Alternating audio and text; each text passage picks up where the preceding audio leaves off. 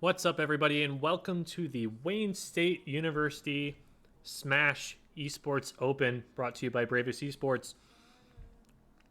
Really appreciate having all of you guys here. It's awesome to see these kinds of numbers for a Smash tournament that we're hosting online here. I am Jem. I'll be your caster for today. And we are starting off with Stale Swisher versus Nala.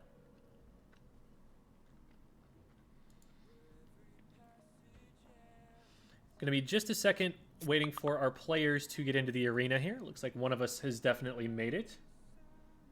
But just waiting on the last one here.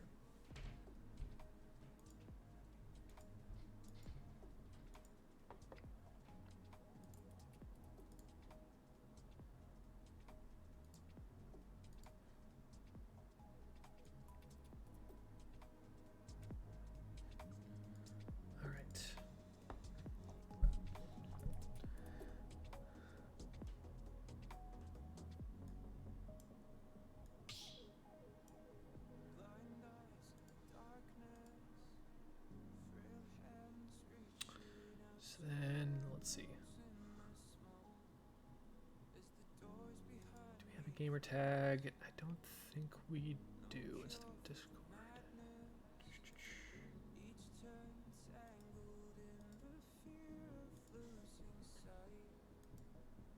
Okay, that's a different person. It might also be that, now that I'm thinking about it, that some of these players are sharing a Switch. I want to make sure that that might not be the case, but all right.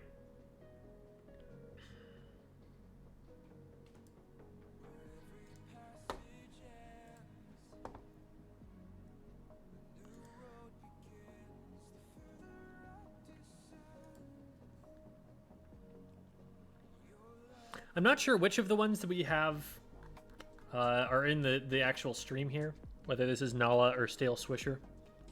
Their IGN doesn't match, so it's going to be a little bit tricky to identify.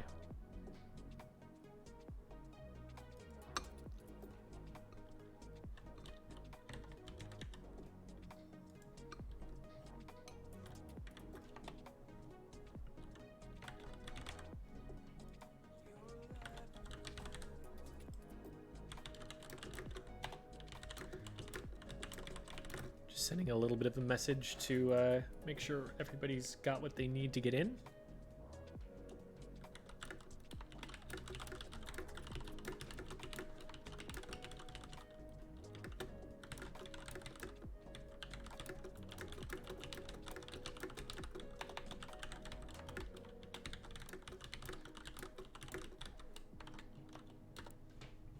All right.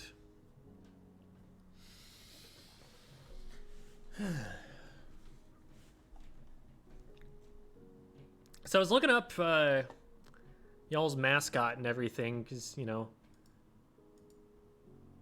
we put up your school logo and stuff. We got to find that from somewhere. And in the meantime, you get curious, like, okay, what is the mascot actually? And y'all's is just the letter W. It's not actually. It's like a little green guy. So I've got a King K rule up here with the crown. You know, I think that's about the closest you're gonna get. But like, he's just a W.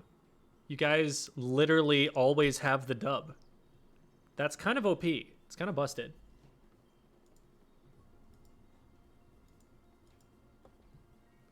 Heka comes in and says, "Wah." Hi, Heka. Wah is there's a lot to that.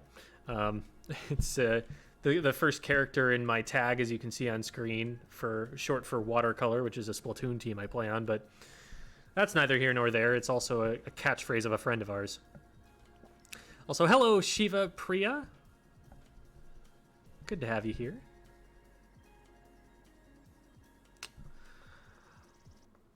We are getting close to our round 1 match starting here.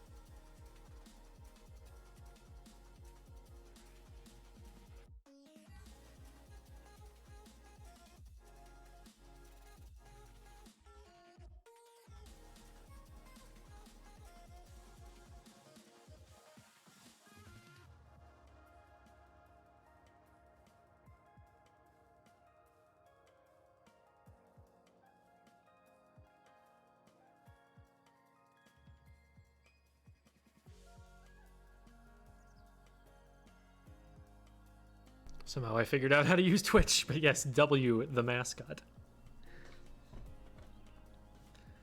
Nothing but W's, no L's to be found anywhere.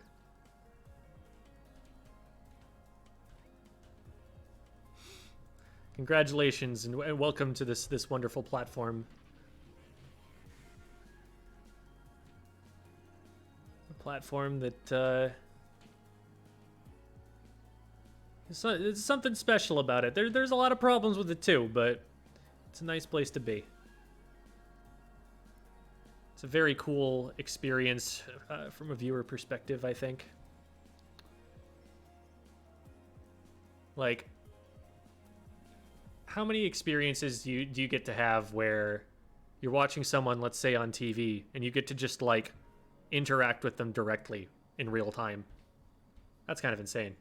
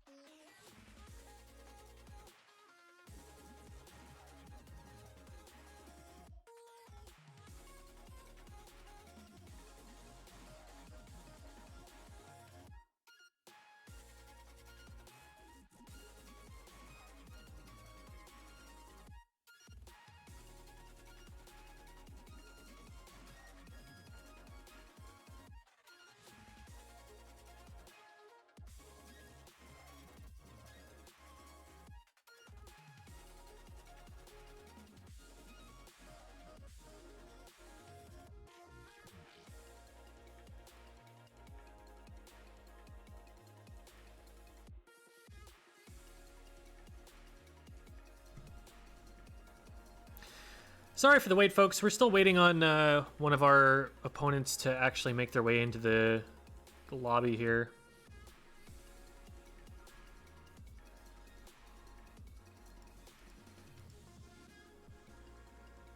Okay, looks like we do have Stale Swisher in here, and we're waiting on Nala.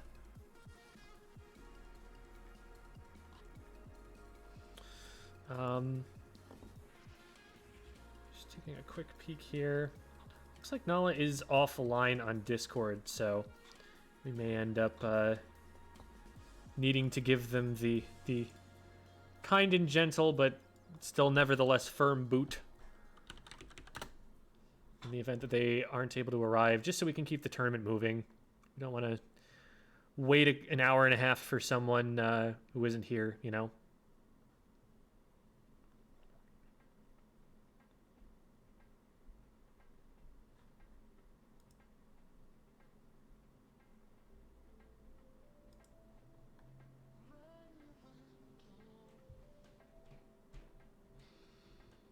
Okay. So that does confirm one of my suspicions that Meester Heaster and Stale Swisher are actually playing on the same Switch.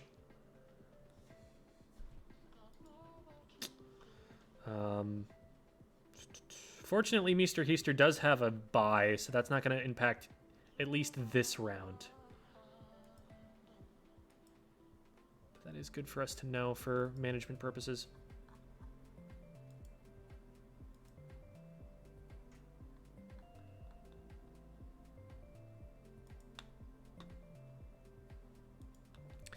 So, hey, we might end up having a round here where we're just waiting a bit, which is fine. We get to hang out a little bit.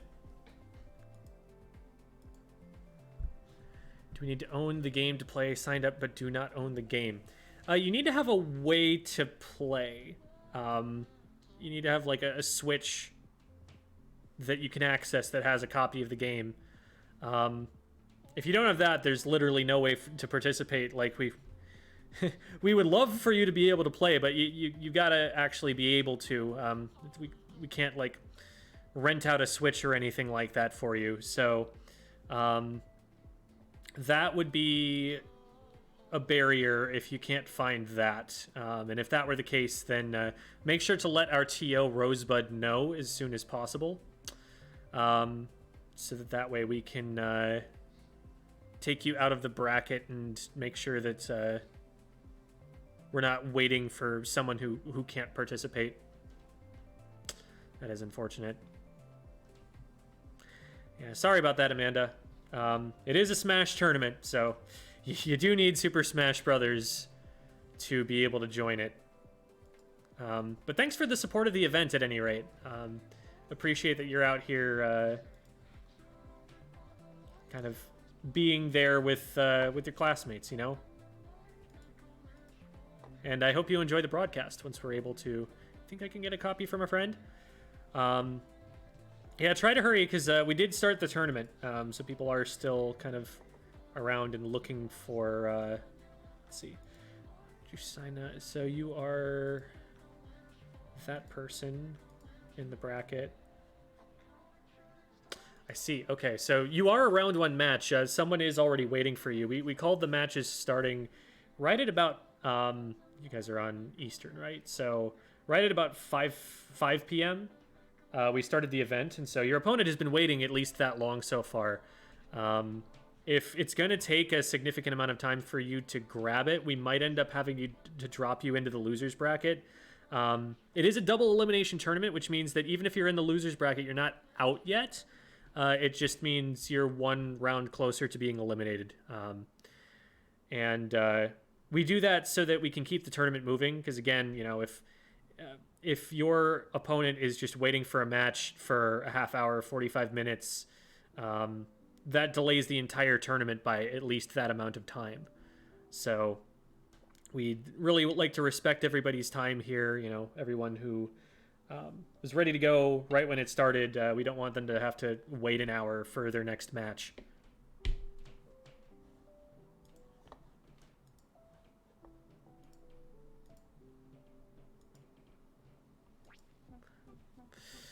Yeah. that'll happen. So I think what we're gonna end up doing here is I will wait on creating a new arena until the next round, unless we can get a hold of Nala. Because I don't think... it doesn't seem like Nala is here. So what's probably going to happen is we're going to play our first stream match in round 2 somewhere.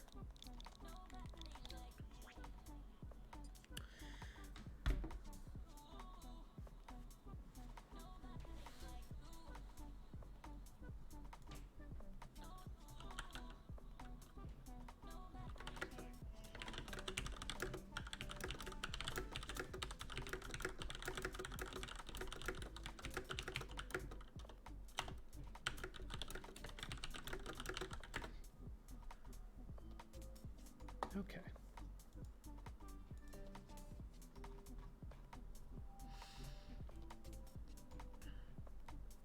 So, while we wait for those matches to get played so that we're able to... oh, one thing that I can do, though, for you guys, because we haven't done this yet, is drop the bracket.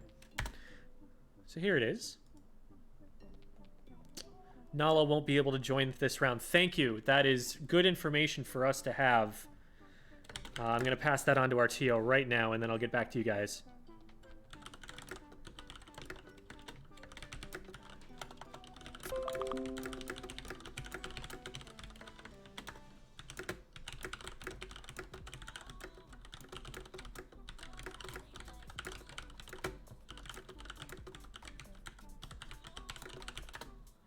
Okay, so what that means is that we can probably call, it's going to be Stale Swisher versus Kenny Ken Ken.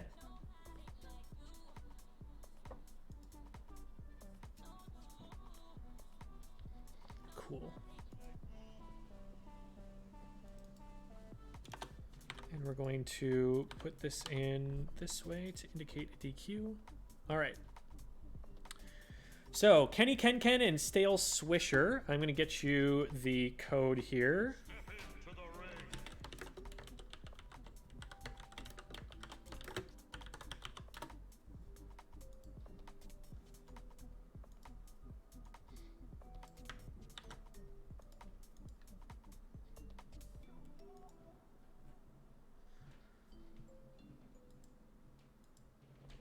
Don't think the requirement of having the game is explained to the students. That's unfortunate. Yeah, in person, we could definitely... They wouldn't have to own the game at all, because they could just go to the physical location where we would have switches for them to play with. But if we're playing online, unless, I don't know, someone near them were to have switches they could play on,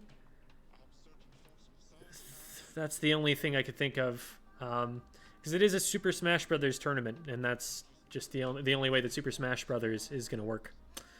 So sorry for that miscommunication there, folks. I think that is in some of the literature that we provide. Like we have a link to a YouTube video, for example, that explains what you need as a participant to be able to play. But sorry if that wasn't if that didn't get across to any of you. Because we'd love to have you all participate for sure. Just there's some physical limitations of the games that we play. How do I join the match? So, Kenzie, first question, are you registered? I don't think I... Okay, there you are. So you're Kenny Ken Ken, I believe. So what you will need to do in order to join this is check the Discord server. We should have shared this, but didn't. You need the ID and password. So the ID, that 5-character code that is there in announcements for you, you will put that in when you go to online. So it'll be online battle arenas, and then I believe it's join using arena code or something to that effect. You'll put in that 5-digit code, and then it will ask you for a password as well. because, you know, the ID is shown up here on stream. You can see the KPL2S. Like, anybody who is watching the stream has access to that. So there's additionally a password added on so that we can't just have people randomly joining from the stream chat or something. So you can find it from there, and then once you're in the lobby, it'll work just like a battle arena does if you have ever played that before. You can move your token around, and the way that you join the match after you've got your character selected and everything is by clicking and dragging your token into the boxing ring here. So just make sure in the lower right-hand corner that the character is correct, and there will be a stage striking procedure with your opponent that is kind of dictated by the competitive rules. So if you're going to go through that as well, you'll need to make sure that the stage is correct to make sure that that's the stage that actually gets selected for your tournament match.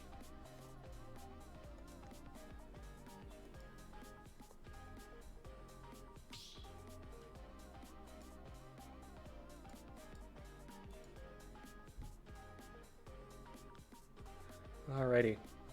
So Kenny Ken and Stale Swisher, I know we had in here earlier. There they are. Perfect. So the two of you can communicate over Discord.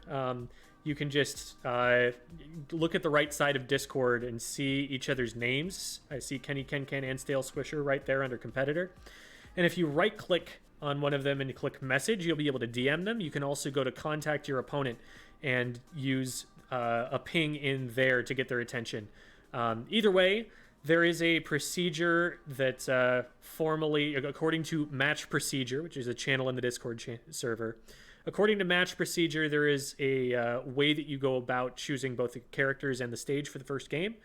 And so if the players, unless the players can agree to, you know, a stage that they want to play on already, if they want to keep it simple, that's valid. But if players cannot agree on a stage, then this is the way that it's selected so that it's most fair. Because, of course, the stage does give a little bit of an advantage, depending on which characters you choose. So that's something that we control for in our competitive rule set here.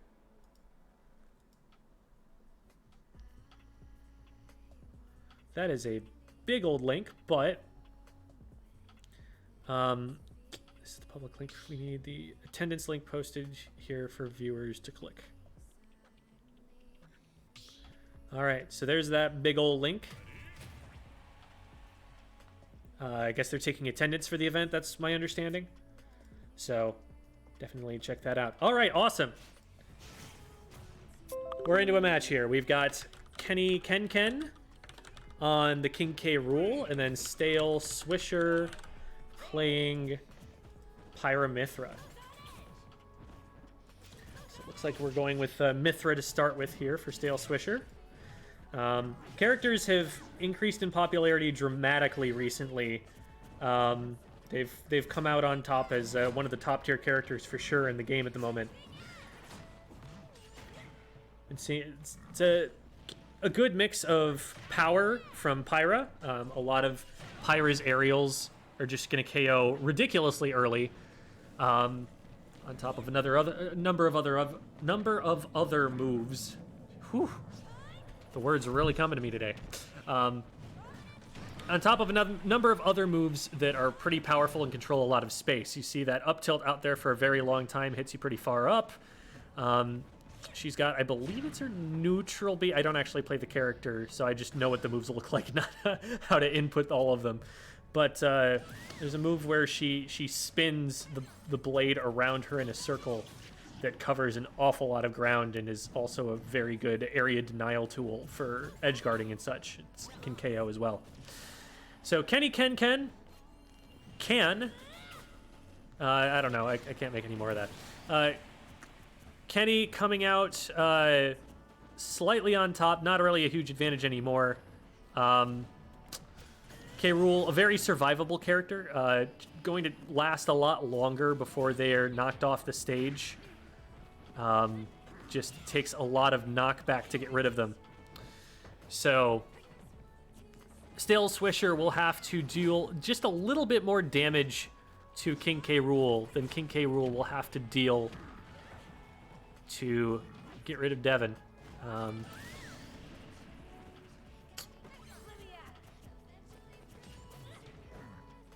But Kenny looking pretty good right now. Sitting at a good, solid one-stock lead now. Good job armoring through with the Nair there. Almost gets the forward smash off of the ground, but good mashing from Stale Swisher to get out of that. Ooh, and that's a very vulnerable recovery. Anytime you have to be above the level like that, they're going to be there looking for it. Kenny going out there, almost actually saving Devin, actually hits them with the helicopter, which refreshes their up B, but even another up B, not enough at that point to save Mithra from falling. So Kenny going to be out to an early lead, 1-0. This will be a best of 3 set. This is winners round 2. I should specify. Excuse me. I should specify. Matches will be best of 3 until the finals. And by finals, we mean losers finals, winners finals, and grand finals. If it's got finals in the name, then those are your matches that are best of 5 instead of best of 3. Now, Challenge will mislabel these a little bit. It'll label winners finals as semifinals, and then it won't call losers finals what it is. It'll call it losers round 5. So if that's tricky there, that would be why. But those are the established naming conventions for a double elimination bracket, and Challenge is just a little behind on it, on their terminology. This is an open PB or tournament. No, this is a tournament for Wayne State University. So for their students in particular. There was a link that they received on their campus that they were able to use to sign up for this. And apparently also a link that you will need to click to track attendance at the event. So make sure if you are a participant in this event that you click that getinvolved.wayne.edu link that Rosebud posted just a little bit earlier in the chat.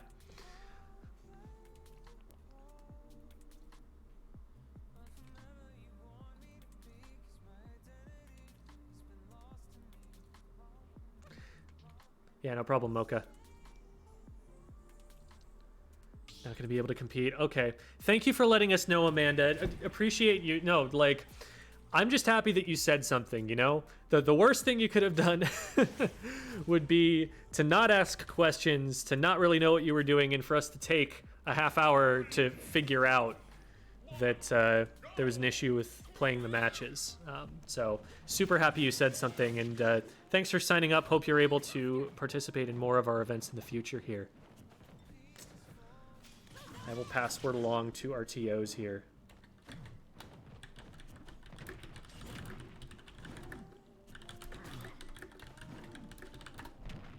Okay. So getting started on Final Destination here, which could well be the final destination of this match if Kenny is able to take it.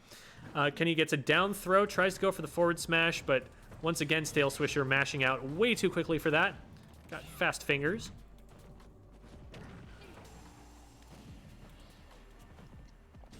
So Kenny there, trying to use the blunderbuss. The curious property of K. Rool's blunderbuss is that it not only shoots out cannonballs, but it also sucks people into it somehow. Or cannonballs, it does that too.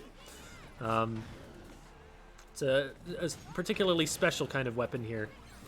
And it's a useful tool. You'll see K. Rool stand at ledge like this and just hold it out there so that if the opponent gets up onto the ledge, they get grabbed by that immediately and chucked right back off the stage. Great up tilt there from Stale Swisher to be able to take the stock lead back. So now it's pretty much dead even. Kenny going off stage to try and edge guard. The side B not going to hit from Stale Swisher here.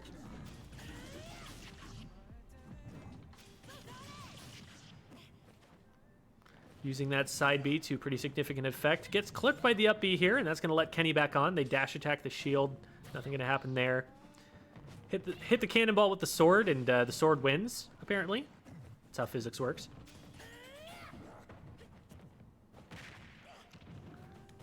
Nice forward throw, the clap. A celebration that is singularly one-sided when it hits.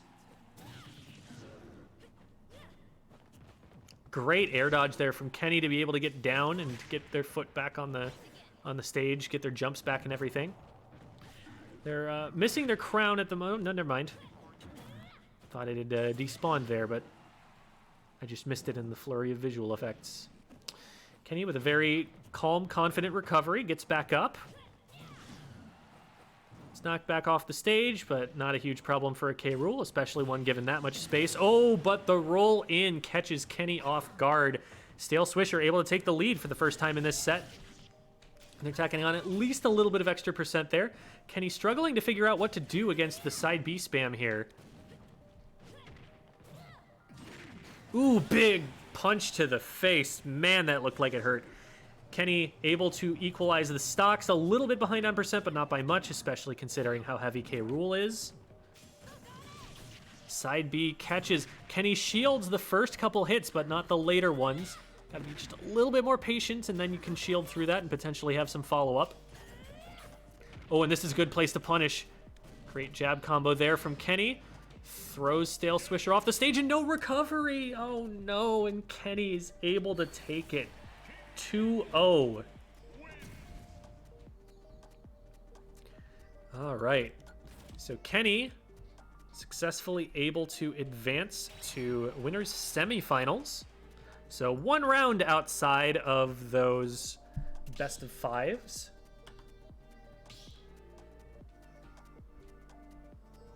So let's see who we will have up next for stream.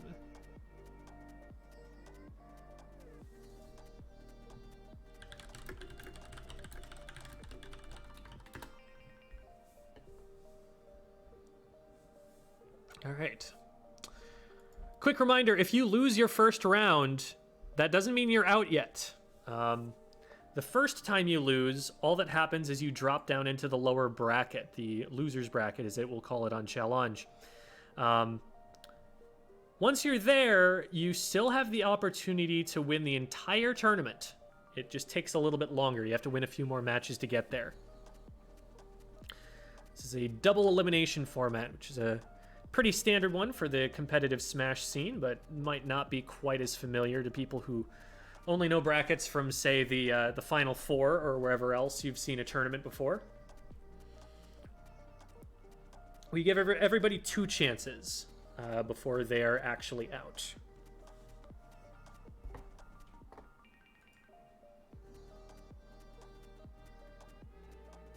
King K. Rool is a Sploosh-O-Matic main, apparently, but the bullets are built different. Yeah, that's true. It does actually look a lot like the Blunderbuss, doesn't it? I hadn't thought about that. Bullets are a lot longer range and a lot slower.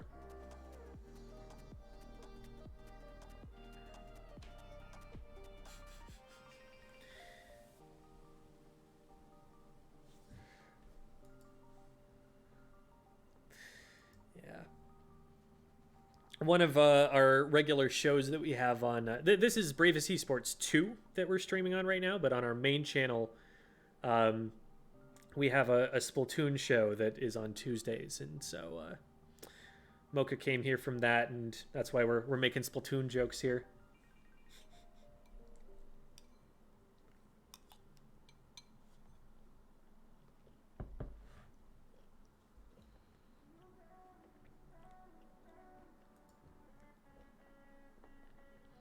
All right, next up we're going to have Meester Heaster and Chase.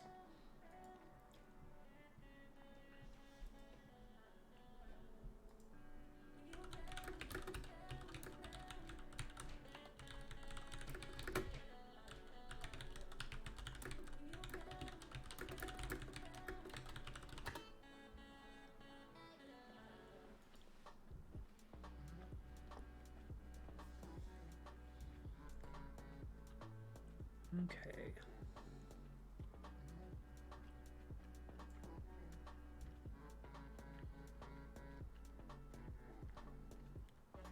So Chase actually does have a tag, Sping Bing.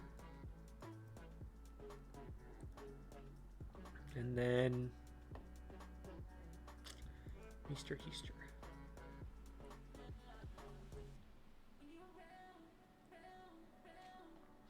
Get that updated on here real quick. One thing I am keeping an eye on is that Stale Swisher and Meester Heister are both playing on the same Switch. So at a certain point, there might be some overlap there, and we just have to negotiate who plays at what point.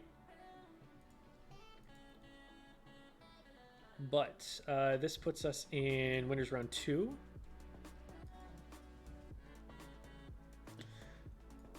And we're not sure who they play, so they're just defaulting to Bayonetta, which is apparently the first character by alphabetical order. That always surprises me. Like, there's not a single Smash character whose name starts with an A. You'd think with, 80 characters, you'd have someone that starts with an A, right? But there just isn't. We've got a Chase fan in the chat.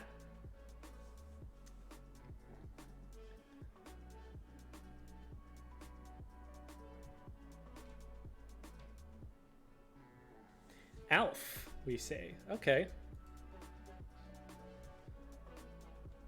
So a Captain Olimar. Or just Olimar, I guess. Yeah, I guess it just calls it Olimar. Which one's Alf?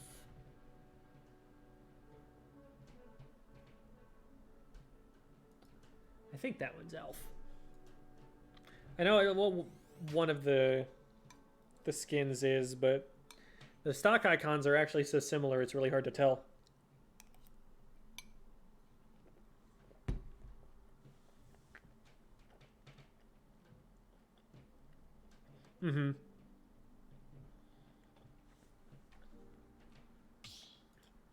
Yeah, but just looking at the stock icon, like excuse me,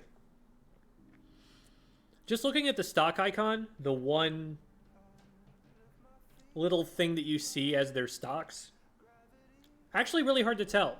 It looks exactly the same as the Olimar one that's got the green little nub on top.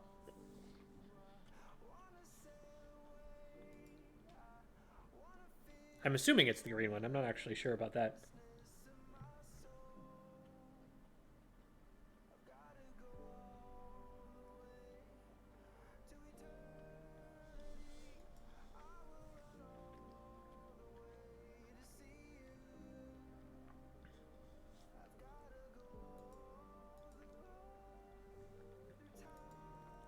Okay. And then Meester Heister. This is actually their first match of the event. They had a bye in round 1. For those who might not be familiar, a bye happens because we don't have a perfect power of 2 number of players. So you can't possibly have everybody playing in the first round. In fact, we had an odd number of players. So even if we were close to a power of 2, we still wouldn't possibly be able to play everybody in round 1. So some players will have their first match in Winners Round 2, which is what happened here to Meester Heister. Chase, on the other hand, advances over Dua. I think that might have been another situation where Dua was unable to participate.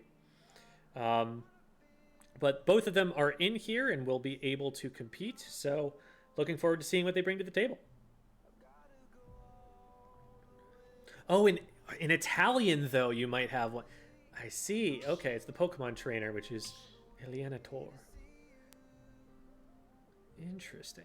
Or is that is it 2 L's? It's 2 L's. So Elianator. Oh, and we're wrong. It's actually a Ganondorf and a snake. I've been deceived. Alright, and the red snake color that everyone uses, because, I mean, why wouldn't you? It looked cool. There we go. Alright, starting off on Final Destination here.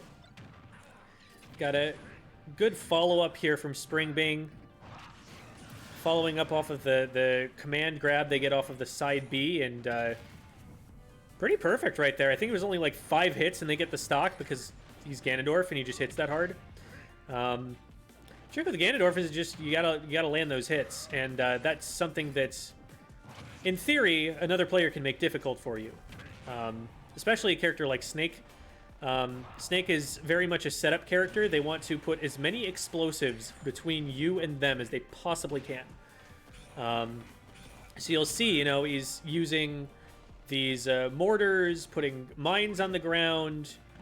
There will be grenades that he can throw, and all of those are really powerful zoning tools. They prevent you from getting close to the snake in the first place. But Spingbing finding a way and getting a lot of damage off here. These up smashes are doing a lot of good work for Mr. Heister here.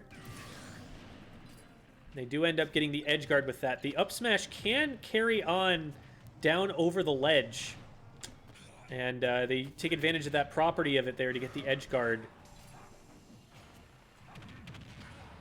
Spingbing playing really aggressive here and just finding a way in through these explosives here. Great setup for Mr. Heister to get the dash attack there, but wasn't enough to push Spingbing away and keep them away long enough to do damage. Up smash once again will finish it off. Mr. Heister going to need to be a lot more careful about challenging Ganondorf from the air, because Ganondorf has been throwing that up smash out a lot.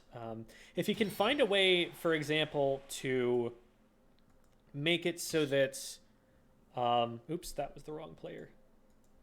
If you can find a way to get Spingbing to swing and miss, it's a very vulnerable attack. There's a lot of recovery time that you have to have after that attack, you know.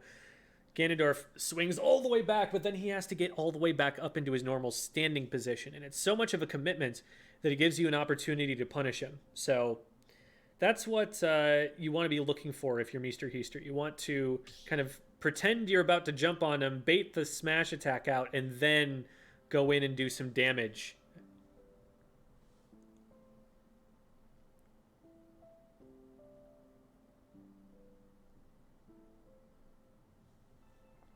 So, in between games, there's going to be a process involved. It's detailed in the Discord server if you're not familiar with it, but hashtag match procedure. If you're familiar with competitive Super Smash Brothers, there's a procedure where the players pick both their characters and the stage, because those variables impact a match. And so there are procedures in place to make sure that both players have a fair amount of control over both of those things, so that they're playing on a match or on a stage that's, you know, good for competitive play, and so that they're not gaining an advantage just based on the stage and character matchup, because they got lucky with one of those things. After round one, the system advantages the player who lost the previous round, as a kind of comeback mechanic that's built into the tournament format. So Mr. Heister will choose their character after, for example, Spingbing chooses their character. And the stage also, Mr. Heister had a disproportionate impact on which stage got chosen for this particular game, because they're behind.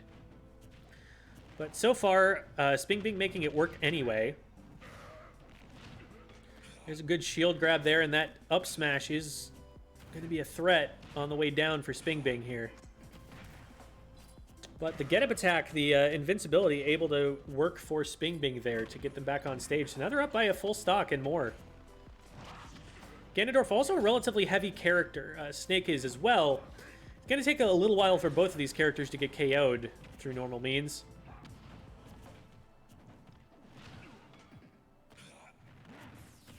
And that up smash will hit Spingbing. It could be doing a little bit more to drift around it and still manage to grab the ledge.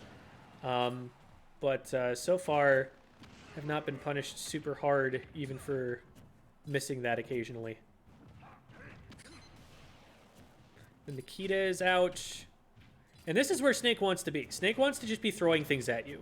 Ganondorf doesn't have projectiles. Ganondorf has to get to you. So if he can't even get there, how is he supposed to hurt you? Oh, I see the opportunity Mr. Heister was going for there. The spawn platform happened to move him closer to Ganondorf, and if he's able to land and do damage before Ganondorf can get his footing again, that can be an easy trade back, but fortunately didn't end up going that way. And Sping Bing now has Rage. It's a mechanic that increases the damage and knockback you do, higher percentage you are. Meester Heaster able to avoid that, but still a 2-stock to 1 deficit. Hard to come back from in this game. We'll see what Meester Heaster can put together here. Oof. See just a couple hits from Ganondorf there, and already 50% from Meester Heaster. It's kind of what Ganondorf does. If you let him get hits, he will out DPS you. Oh no, that was scary. Shield comes up just in time there to save Meester Heaster, but that could have been an early exit. The up smash does hit, but at this point, Sping Bing honestly willing to take those trades because they're just far enough ahead that the trade goes in their favor. Up smashes and the down smash. Great ledge coverage there from Meester Heaster. As the one situation there where they were really being successful in taking stocks against Sping Bing when they had him on the ledge. But Sping Bing winning on stage as often as they were, able to finish that off and win the set 2-0 in winners round 2. They will advance to winners semifinals to play against the winner of Boku and Andrew Montano.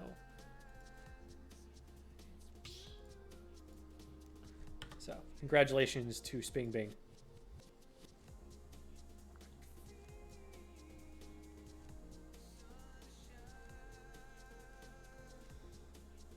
Okay.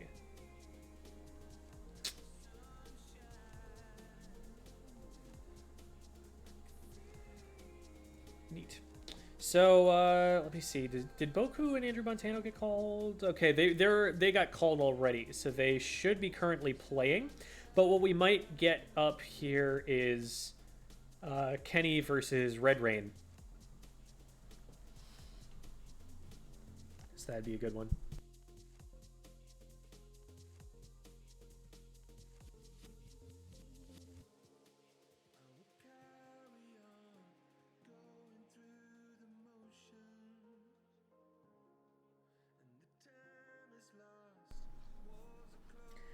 All right, Kenny and Red Rain on stream right meow.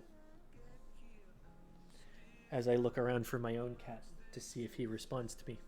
He's not super talkative, but sometimes you might hear him. Usually when he wants something, just come up to me and, you know, nom on my leg or something like, "Hey, human, notice me."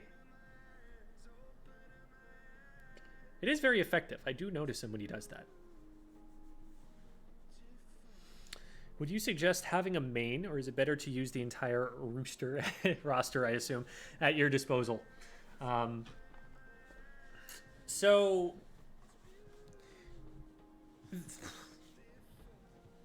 it's a little bit different than it is in Splatoon, Mocha, in that the characters in this game are more intricate than learning a new weapon in Splatoon.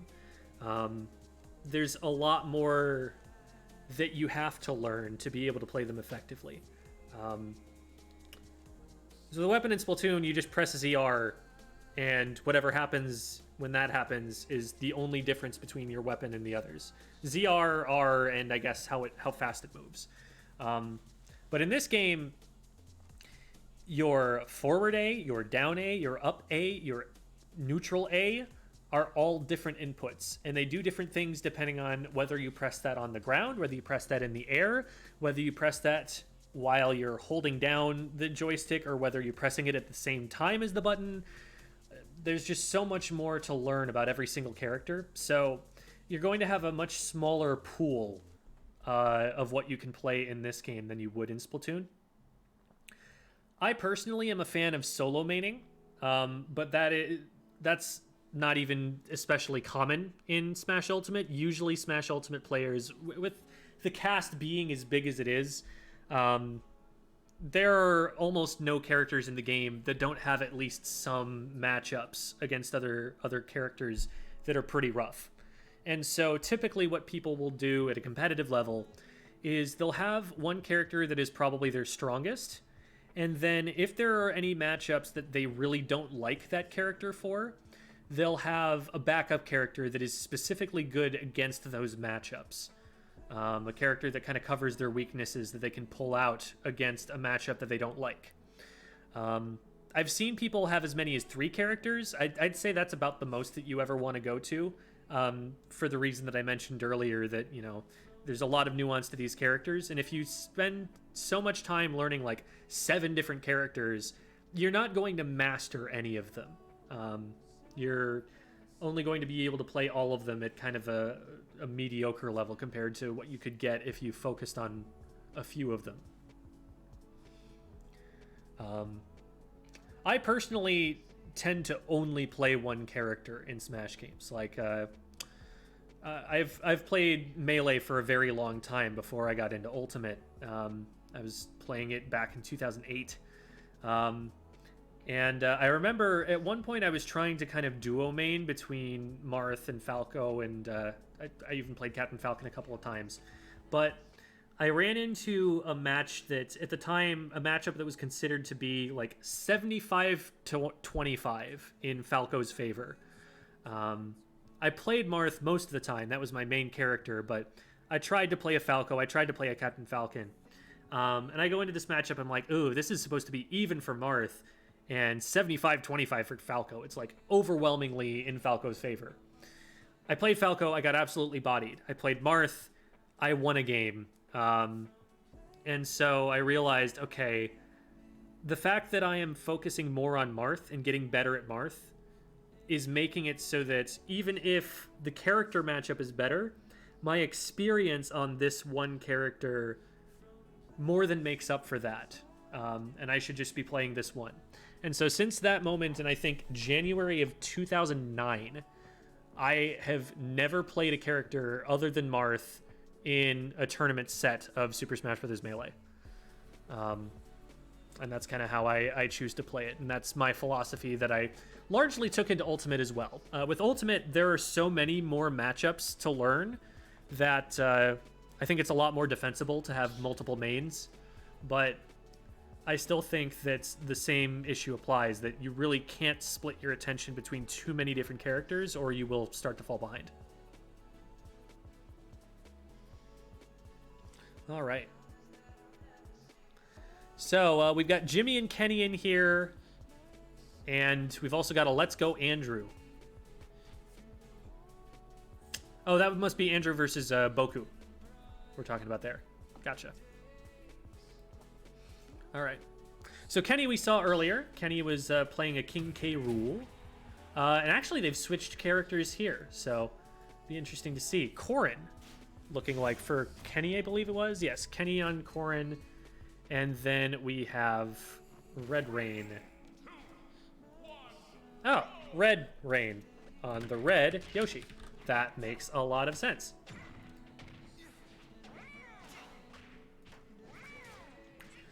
Okay. So Corrin was actually a previous main of mine. Really big fan of this character. Very cool kind of long-range melee character. Not melee as in Super Smash Bros. Melee as in short range. They have to get close to you to do significant damage. They're very much a juggle character. It's really fun when you get a good Corrin combo going, because you can kind of get nairs and up airs and just keep them above you. The up tilt is really good. Down tilt sets them up for it really well, and if somebody tries to come down on you wrong, you can just counter it sometimes. So they work really well if they can stay on the ground underneath the opponent. The reason they're not quite as popular competitively, though, is that their mobility prevents them from maintaining that position against some of the faster characters. And Yoshi is of particular note in that regard, being a character that moves so quickly through the air. You'll see in the air, Yoshi can kind of move back and forth. Every character in this game is capable of drifting in a certain direction in the air. So even if they jumped to the left, they can hold to the right on the joystick and move closer in that direction. And Yoshi can really kind of weave back and forth in the air, making him really unpredictable when he gets up there. He's also got this projectile he can throw out there to soften up his opponent, force them out of a position he doesn't want them in. So Yoshi, definitely a higher tier character generally on most tier lists that you'll see, most lists of character viability. Not all characters are created equal. It's just kind of a fact of having a varied character roster. You're never really going to get them all perfectly balanced. It's unrealistic to expect.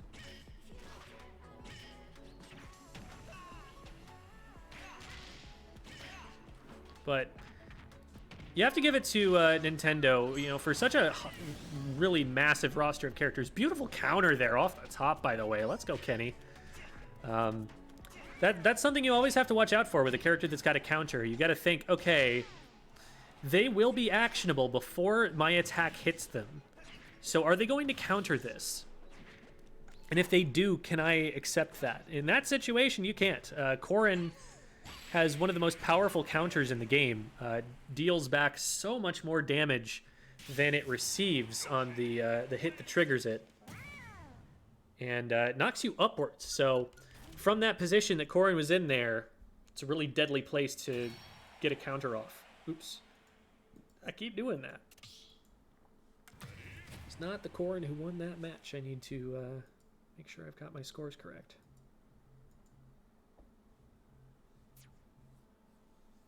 Waiting for that one. All right, sounds good.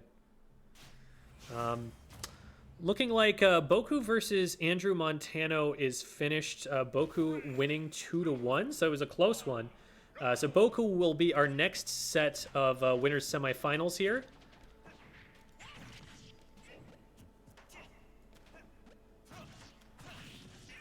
Then Andrew Montano drops to play against Meester Heister in loser side top 8. So that's the update on them. I'll go grab my copy and check some characters. I already saw a lot of Smash Ultimate lately, and they tempted me to play it again. Smash is a beautiful game. Great offstage edgeguard there from Jimmy, aka Red Rain.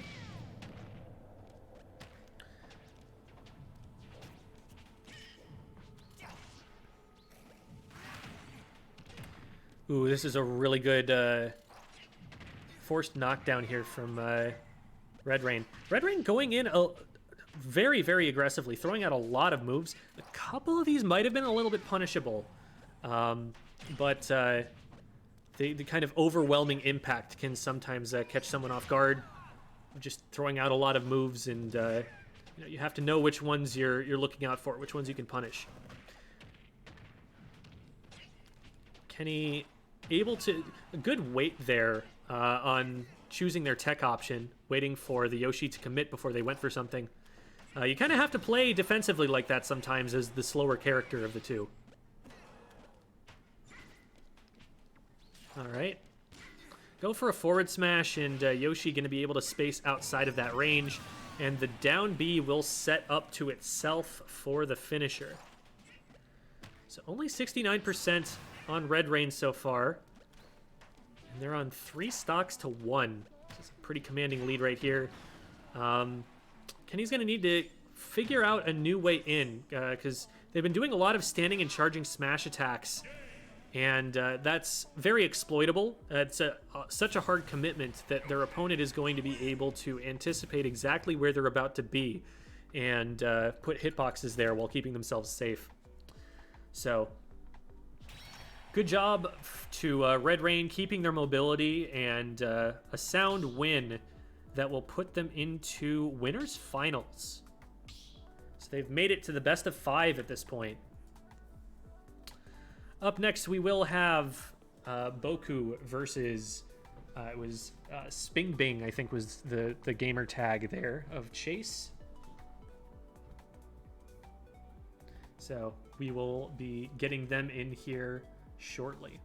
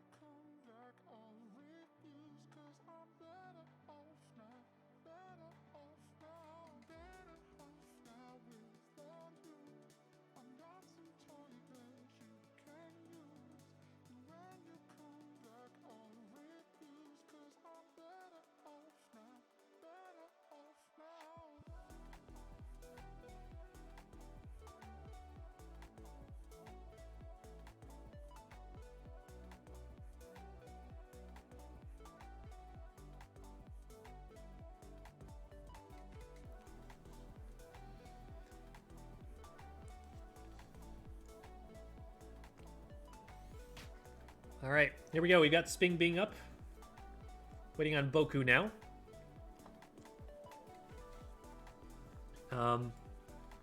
We go and make sure that the ID and password get reposted here, just for their benefit.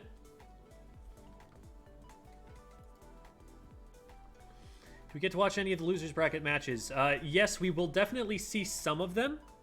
It's a matter of how long it takes to get through winner's side.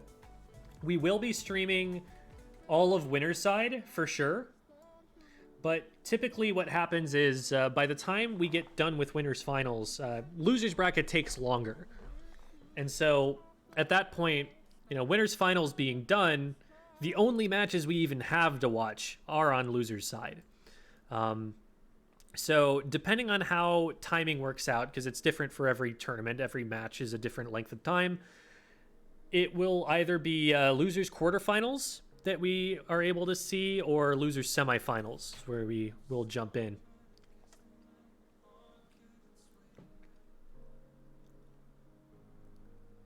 So currently, for reference, losers round 2 is being played. So that's Andrew Montano versus Meester Heister, Neko-chan versus Stale Swisher. So those two matches are the round before losers quarters. And then losers quarters is the next one, where Kenny is waiting, and then the loser of this match will be waiting there in losers quarters. They're guaranteed 5th place. And then we'll definitely be getting losers semis, which is it's marked as losers round 4. It's match number 17. It's the first one where there are only 2 players currently in the losers bracket.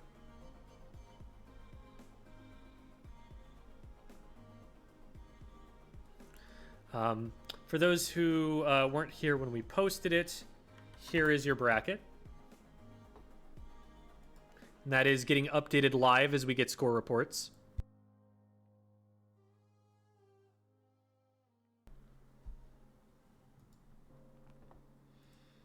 Okay. So we've got Sping Bing, and then we need to put in Boku.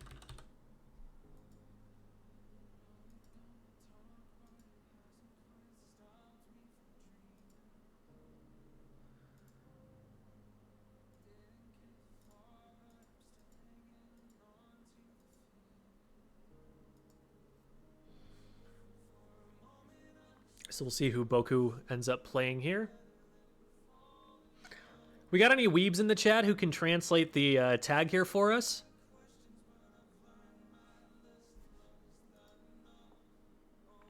We do appreciate our weebs here.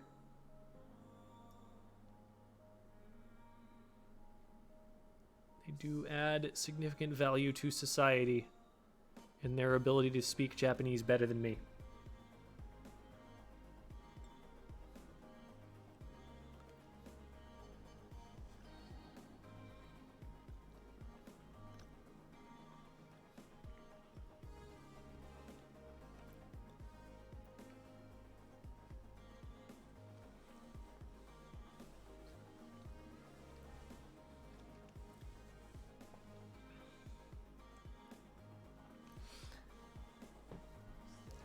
Well, maybe not, but Sping Bing was playing Ganondorf in the previous match where we saw them, so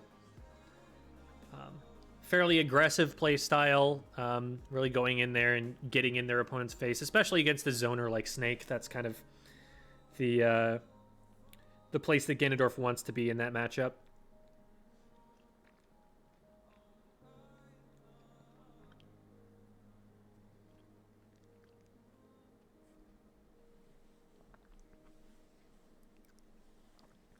Quick update from losers bracket. Neko-chan has defeated Stale Swisher. So they will be waiting in losers quarters for the loser of this match that we're about to see.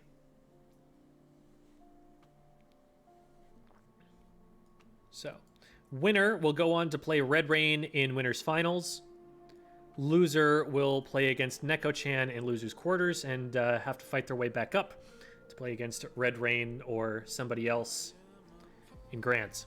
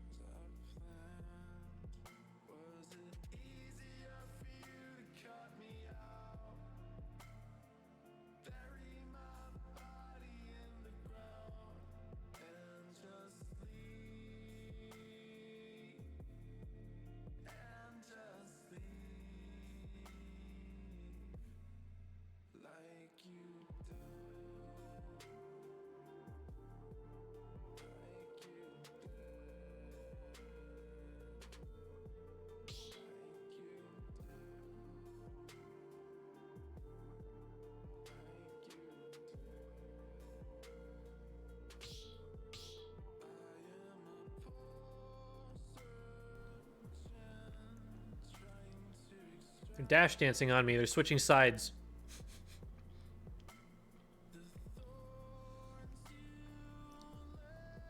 All right, there it is. In contact with your opponent, we've got a good luck, have fun. Love to see it.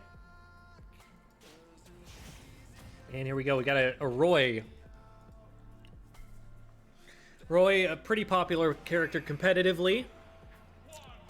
Sword character, so they've got disjointed hitboxes on their melee attacks, just like Corrin did. What that means is that the move hits from further away than it is vulnerable. If you punch the sword, you don't hurt the Roy. And the sword reaches further than the Roy does. So that's always an inherent advantage with any melee attacks. Whereas with Ganondorf, his fist is a part of it, you know? He's not going to use the sword for very many attacks. Roy also a very fast character that still hits relatively hard, all things considered, although not as hard as that up smash from Sping Bing. And one of the big selling points of Roy is that his back air, which is a relatively strong KO option, can be comboed into from his jab. He hits you with one of the fastest moves that he has as a character, and out of that he's able to KO. It's a pretty huge benefit he's able to get. Now against a character like Ganondorf, he can just kind of combo him all across the stage. Oh no! I think he could have up B'd from there and would not have been in trouble yet for getting stuck under the stage, but fearing being stuck under the stage, Boku decides not to up B until it's too late.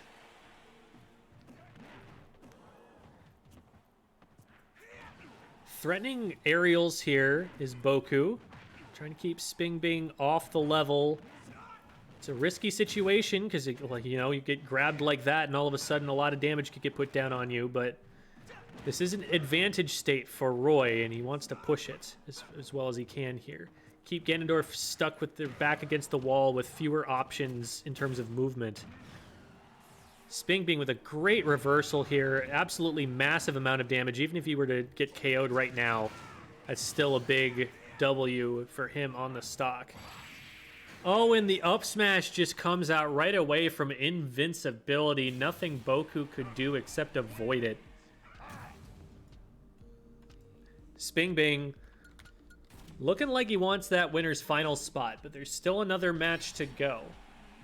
Needs to win at least one of the next... Well, not at least. Needs to win one of the next two.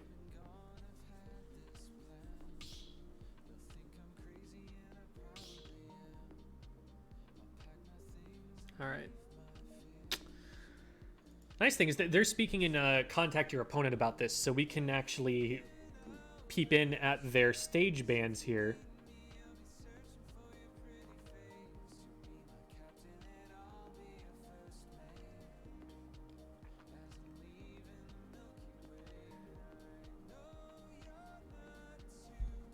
So they're asking how many bans they have. If you go over to match procedure, you're able to ban 3 stages of the remaining 9-stage list.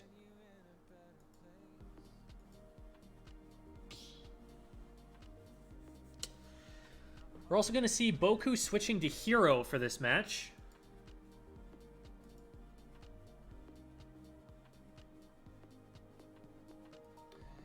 Hero, a much different sword character for sure. The sword isn't really even the biggest part of their playstyle.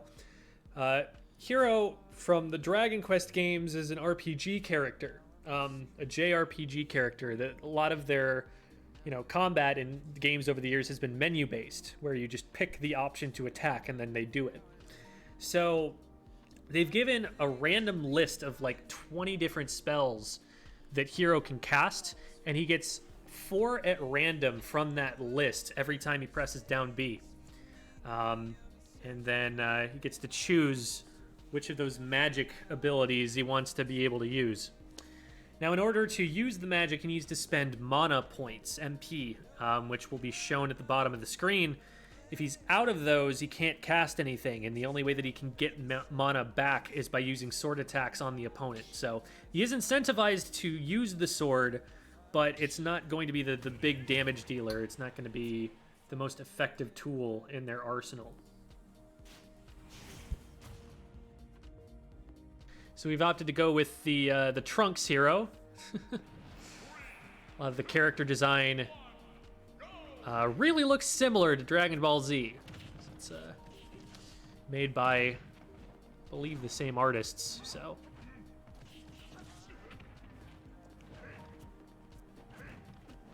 Some good defensive play so far from Boku. I'm liking what I'm seeing with the hero. And this, mind you, is with a character that's, not as strong at melee range, so they're doing really well for themselves. Now they get hit here, and the question is how they're going to respond to that. Wow, that was so ballsy, staring that forward smash down. I wouldn't have done that. I would have been too scared. Oof. The down smash comboing into itself there, and Sping Bing managing to get the stock lead once again. Now Hero with a fireball charged here. Gonna put down some ledge pressure. Fantastic bait to get them back on the stage, and uses the up B, but great tech from Sping Bing. A really cool display of edge guarding there. Fireball will eventually do it. Hero sitting on a little bit short on MP. Probably gonna want to go in and recharge that a little bit, but the sword attacks right now a little bit telegraphed. I think Sping Bing recognizing that the MP is low, able to put on a little bit more pressure now, especially now that he's run completely out of fireballs.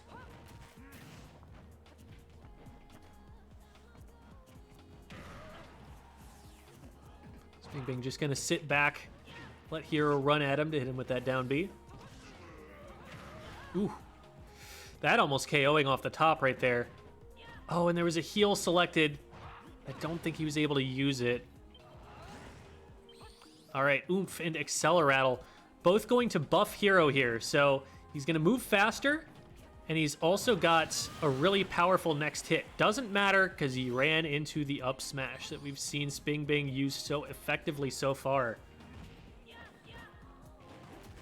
Another Acceleratle up.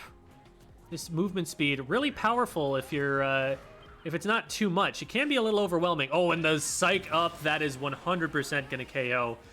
That one attack was buffed significantly by Psych up, and Ganondorf was sleeping on the job.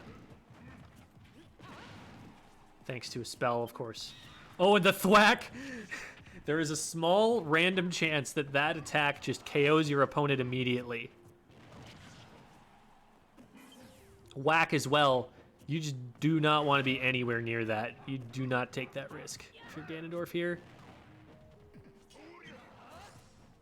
Psych up, so that's going to make this next move, this next physical move that hits, more powerful. He's got to hit him. Oomph gets added to that. Ooh, great bait there, jumping around the shield to make Ganondorf think that he was safe. What a beautiful edge guard. Oh my goodness. We saw him attempt that earlier. But, so he's going down, excuse me, going down off stage and using up B. Up B creates a tornado that then flings Hero upwards, but it also damages opponents by flinging them someplace. So he hit Ganondorf with the tornado, got flung up, and then threw out a down air, which is a spike for Hero. Ganondorf gets spun up by the tornado into the down air and then gets spiked down off stage. And at that point, it's not techable. That was a beautiful edge guard right there. Takes a lot of skill even to get the first tech that we saw Sping Bing getting when that same tornado edge guard got used before. But this time, adding the down air into it. Beautiful 1-2 punch there. So we've got a game 3 on our hands here. This will be the deciding game of the sets. This is winners semifinals.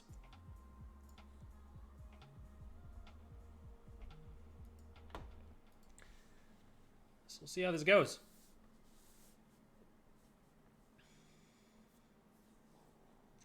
All right, so Boku is banning Kalos, Final Destination, and Yoshi's Story.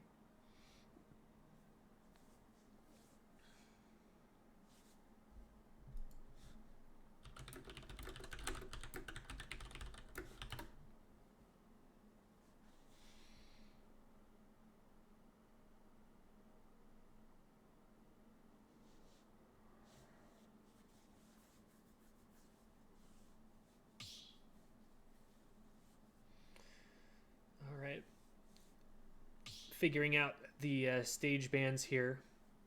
So let me think about, so Kalos, and this is Boku doing the bans. So this is Boku, who is on the hero at the moment.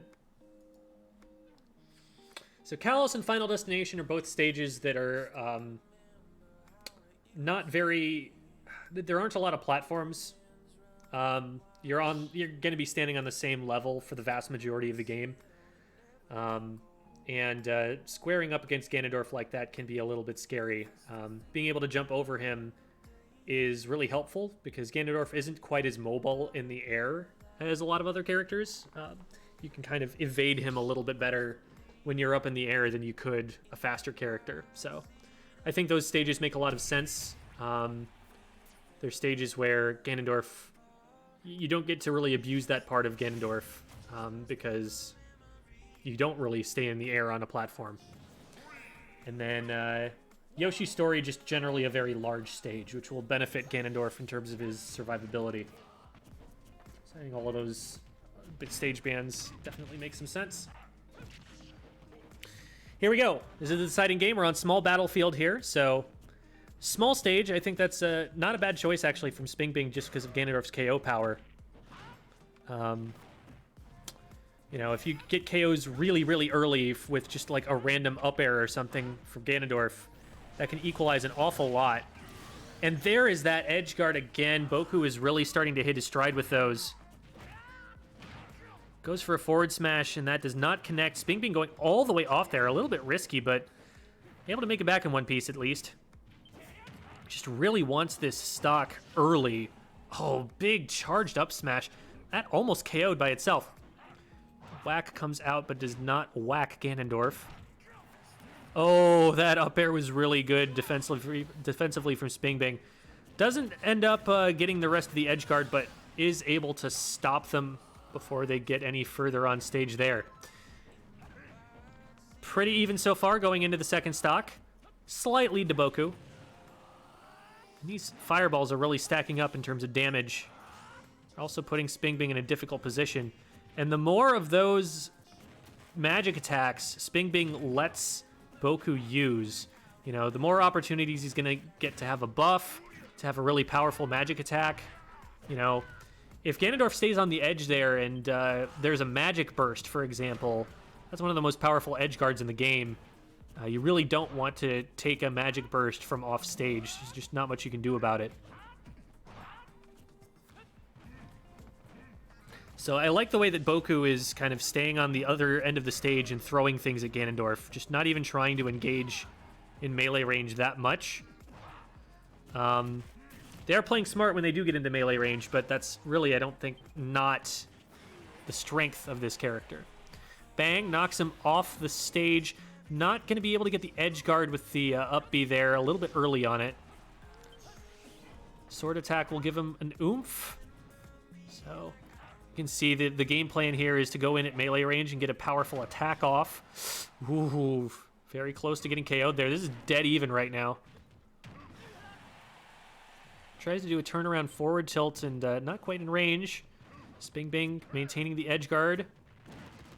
Up B to get through the shield. Very smart from Sping Bing. You run at someone with a character that hits as hard as Ganondorf. One of the first impulses they're going to have is to shield. Well, up B beats that. So great job from them, but a great equalizer as well from Boku.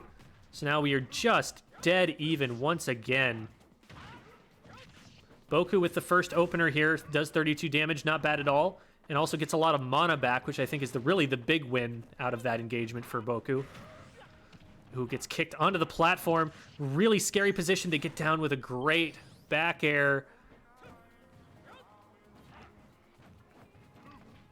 Boku got him almost to KO percent here. Struggling to control the Acceleratle, though. It's just so fast that sometimes you overshoot a little bit. Puts him to sleep in the psych up, and this is 100% going to do it. It was even a critical hit, which is a mechanic that Hero has. Every 1 in 8 smash attacks does significantly more knockback. Everything stacking up. The RNG smiles upon the RPG character. And Boku able to take out Sping Bing with one fell swoop. Great match there. It was a lot of fun to watch.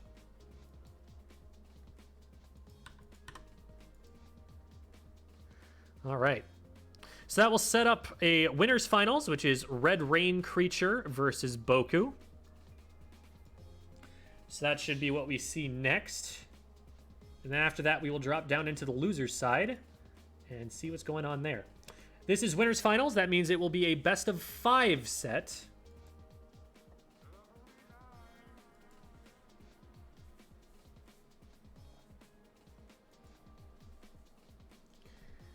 And we're getting that match announced, and those players will be in here shortly. So we will be here with you when they're ready.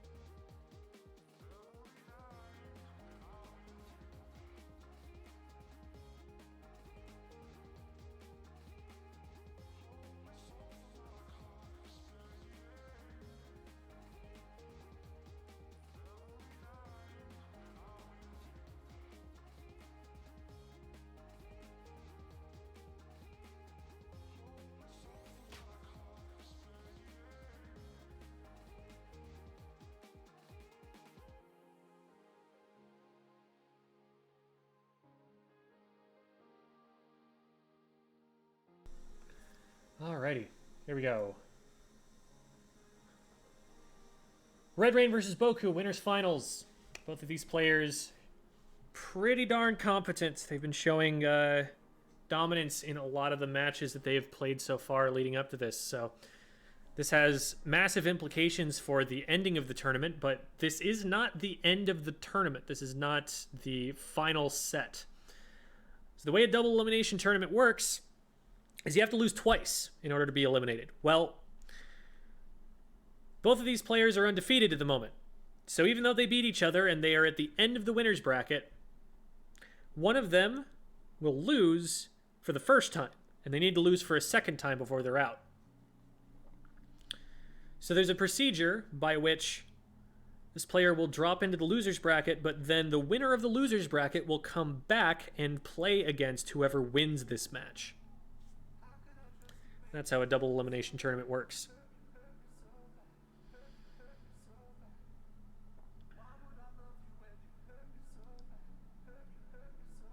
So, while this has significant implications for the end of the tournament, it is not the deciding set.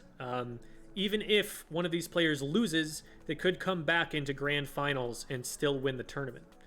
The trick is, if they do come back into grand finals, they would have to win twice. Because again, the player still in grands would be undefeated at that point, and so they need to be defeated twice. 2 best of 5 sets is what that might entail.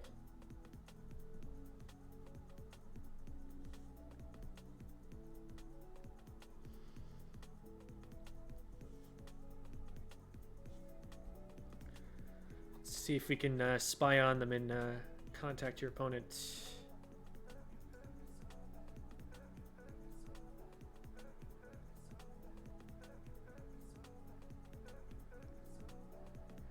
Nope, it looks like it's just Chase and Neko that are doing their bans in the Contact Your Opponent chat at the moment.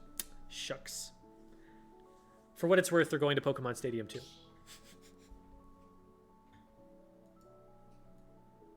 Alright.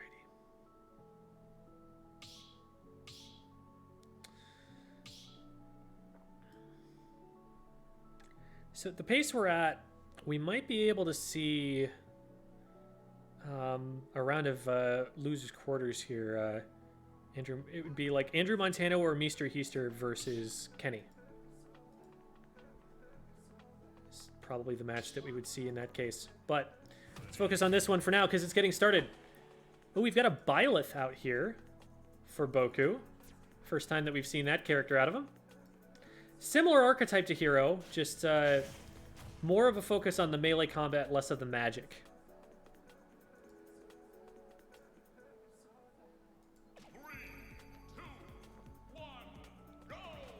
All right, here we go.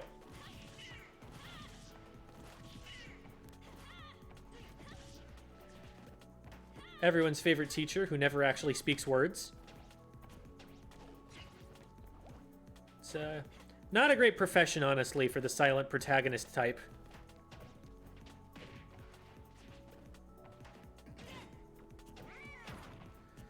All right, Yoshi getting in there on top of Byleth. That is where Yoshi wants to be able to be. They want to be either outside of the range of that massive spear, or they want to be right on top of Byleth where their attacks come out faster and they beat anything that Byleth is going to try and do.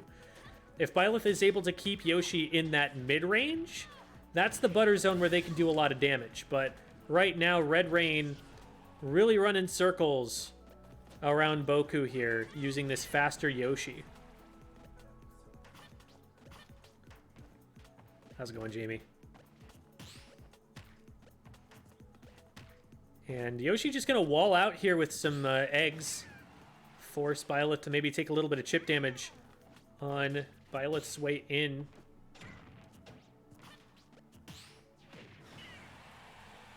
Forward air will not quite KO, but will put Yoshi in an edgeguard position, and a beautifully spaced back air is going to catch Yoshi as they try to recover high.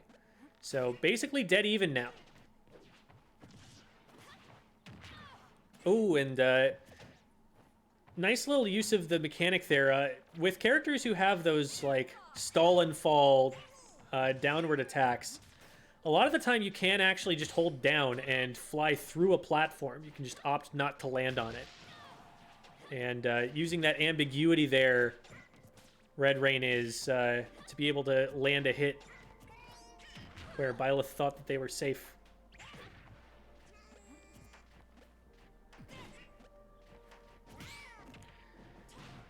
Red Rain's taking angles where it's really difficult for Byleth to reach. Byleth, a relatively slow character.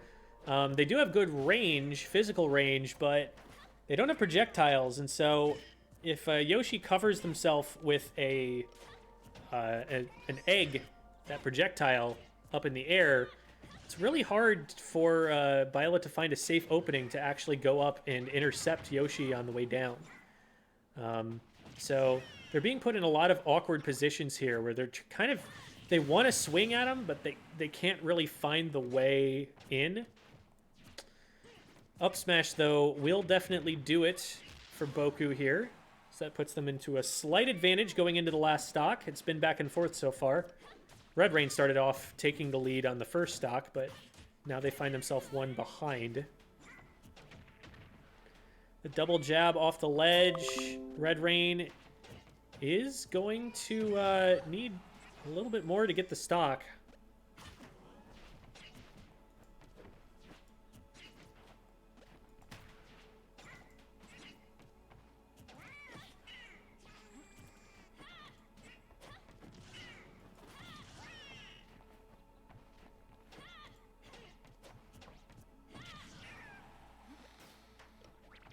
This is a much comfier position for Byleth to be in.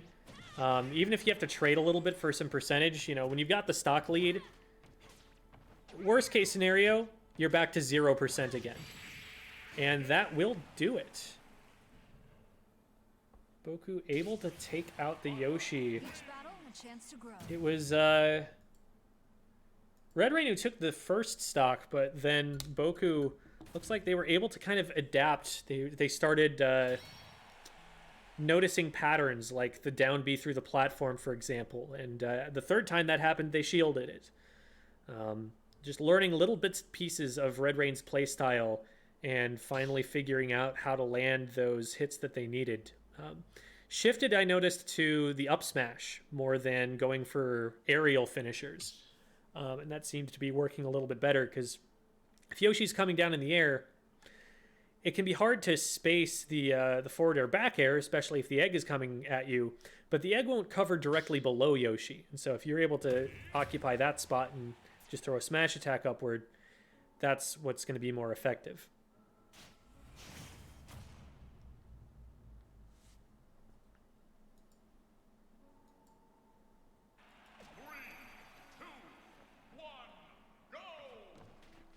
All right, here we go. Just trading projectiles. Byleth does more damage, so Boku's fine with this. Some good damage here. Red Rain having a lot of trouble getting in with this platform arrangement. Boku using it really well to where Yoshi has to either approach from in front or above. They can't take this awkward diagonal that's really hard to cover.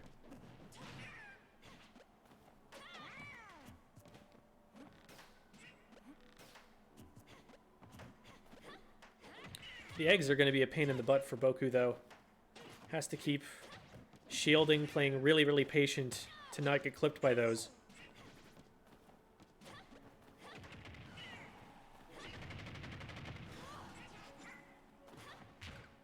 Eventually, if you throw enough of those eggs, some of them are going to connect.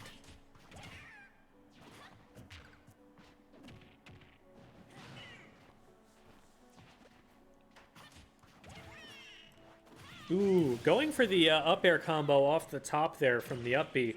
Doesn't find the combo, but is able to drift on the way down, and Red Rain doesn't take any evasive maneuvers to get around it, so the second up air does connect.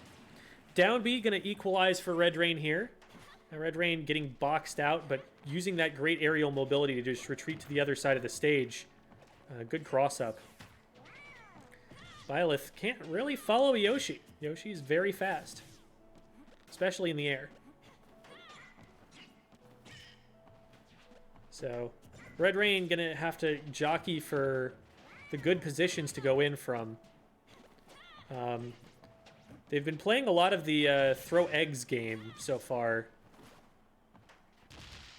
But it's the real damage that you get is when Yoshi's able to get in up close. And so I want to see Red Rain kind of using the eggs to control space to set up for closing the gap and like getting on top of Byleth like Red Rain is right now. I think that's where they've got the most potential for doing big damage. Gotta respect that up smash. That up smash has done Red Rain in more than a few times so far. Whew. A little bit spooky. Spear awfully close. Up smash will get Red Rain there too.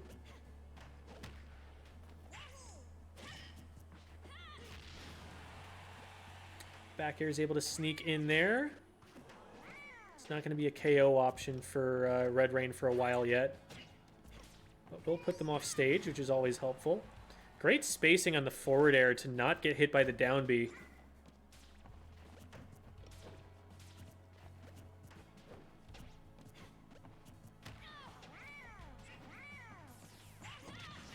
Ooh, dash attack comes through. Good evasion from Red Rain, though. Oh, I spoke too soon. Commentator's curse. Boku is able to take that stock. Red Rain tries to go for the down B. It's not been especially effective lately. In fact, it's what got them KO'd earlier. Nair off the side should do... Oh, never mind, never mind. Good job covering themselves with the up B there. Ooh. Just whiffs on the egg. Down B again. The down B just a little bit too reactable, I feel. I think Boku is kind of caught on that that is one of the preferred KO options here for Red Rain. It is a very good option against shields. Can break them very easily. And that can set up for an easy KO for sure. But you got to connect with it, and Boku is too wise to that. Boku's been keeping their horizontal mobility options available to them to stay away from that. There it is. That is a really good use of it. Knowing that Byleth's going to try and catch you with an up air or something, and intercepting with your own counter hit on the way down.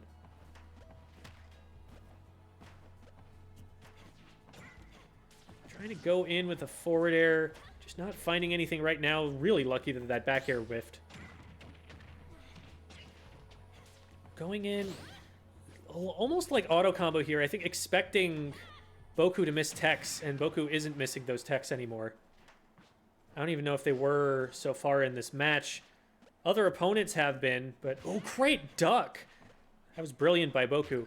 Really ballsy too, because that doesn't have to miss if it gets timed differently by Red Rain. Great weight on the dash attack there from Red Rain. Keeping Boku pinned to the level here. Trying to keep the pressure on so that Boku can't get their footing again. Oh, the forward tilt. Not quite enough to KO, but they have to be so careful on the way down, and I don't think they were careful enough. Boku up 2-0 over Red Rain. No hesitation.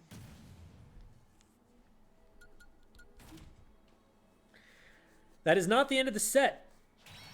This is the best of 5, but Boku in a commanding lead right now. It's going to have to be 3 games straight that Red Rain wins here to take it back. 3 match points in a row. Never the situation you want to face down, but what you got to do in this situation is just think about it 1 game at a time, because that's all you can play, 1 game at a time. You can't affect them all at once. So if you figure something out, if you start getting some momentum, you can absolutely chug it back. These matches have definitely been close. There were opportunities there where might have flipped the other way. But Boku's been remarkably resilient so far, so we'll see how this goes.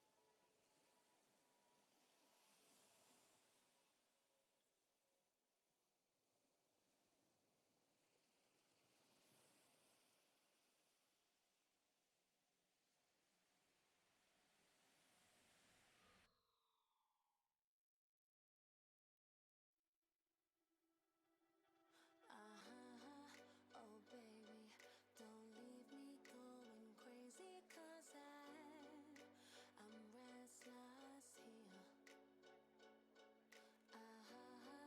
Oh baby, only you can take me 'cause I belong to fear. You know my tears, they run right into rivers, flowing under mountains, can't get high. I'm onto something, turning into nothing, looking for a reason. Tell me I'm bound to you.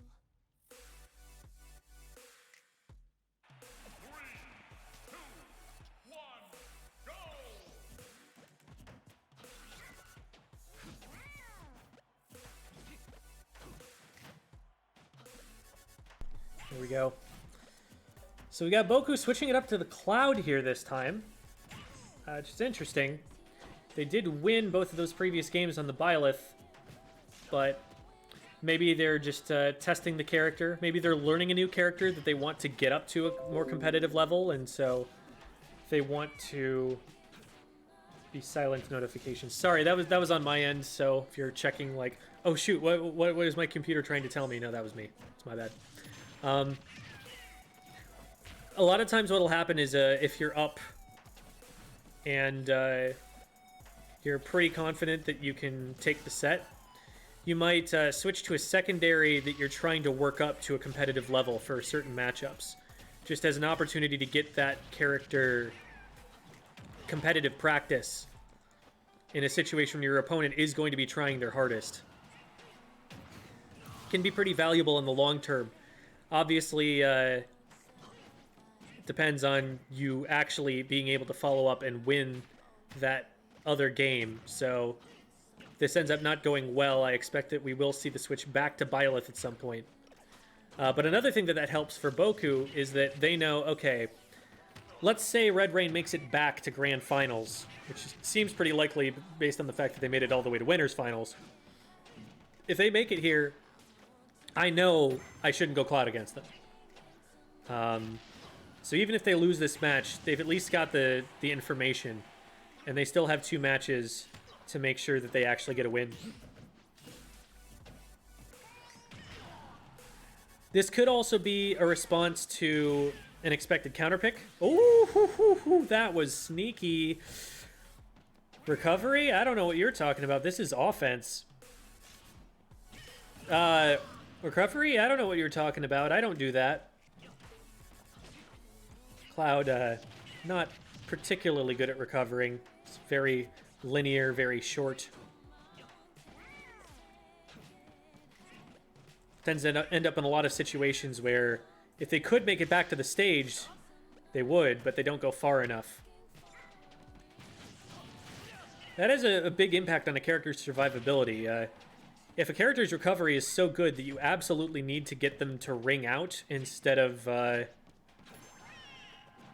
you know, them not being able to recover, then they get a whole bunch of extra effective percent. There's that shield break I was talking about before. Red Rain only getting a single up air out of it, though. I feel like there was probably more potential for that. If you're only going to go for one move, I would at least go for a strong one. But they're probably, what I'm thinking there is, they're probably trying to set up into aerials, where I think the better call was probably to land next to the Cloud and up tilt, or forward tilt, I forget which move that is, into more up airs.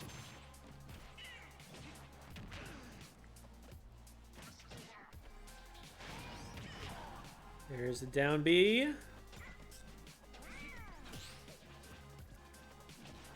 Yeah, Red Rain seems like they're fishing a lot for that particular attack, the down B. Looking for that sort of shield break and whatnot. They got it once, and they weren't really able to punish it that hard. Ooh, beautiful up smash from Red Rain. Red Rain's not going out, at least to the Cloud yet.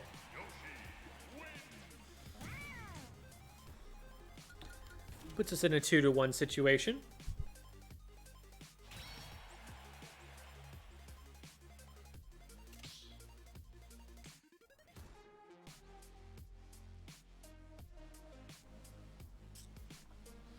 In this situation, you typically see the player who's ahead opting to go for their stronger character. So they would really like to have a second match to make sure that they get the win here. If they take another match where they're playing maybe another character just to try it out, they run the risk of ending up only having one shot at taking the set at the end.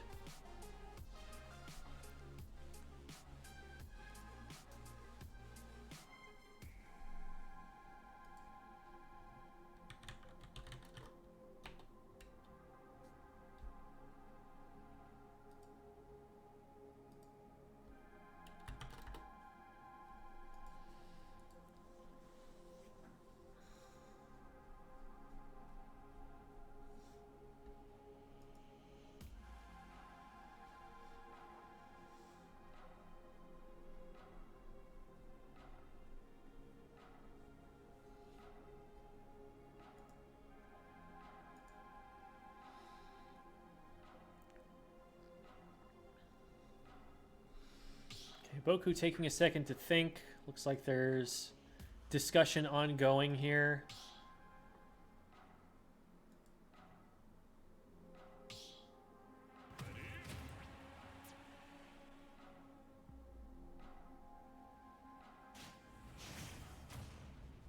All right, here we go.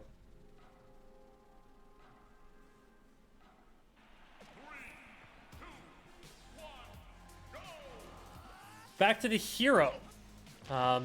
So we saw this against Sping Bing's Ganondorf earlier, but we haven't seen it match up against the Yoshi yet.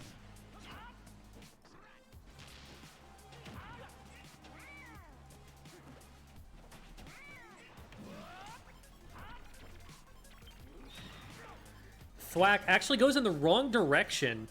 Otherwise, that was a huge risk for Red Rain running into that.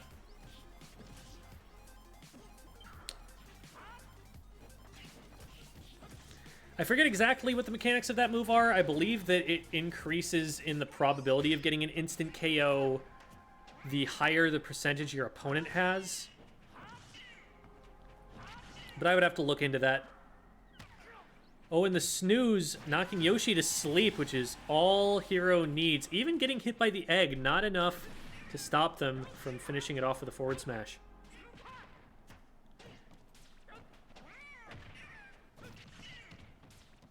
A lot more conservative with the movement here with the Acceleratle turned on, which I think is paying off for Boku here. Man, this is looking really rough for Yoshi to get out of. A lot of magic at Boku's disposal. A lot of stocks at Boku's disposal. I guess we'll start there.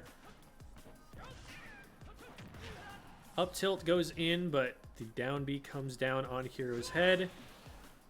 Great positioning on the up B. I would be terrified to do it from that far down, but Boku knows what he's doing. A rare miss there on getting around the down B from Boku, but again, not really that significant in a 3-stock-to-1 lead. They're out of... Ooh, they throw the snooze out there. Doesn't quite connect.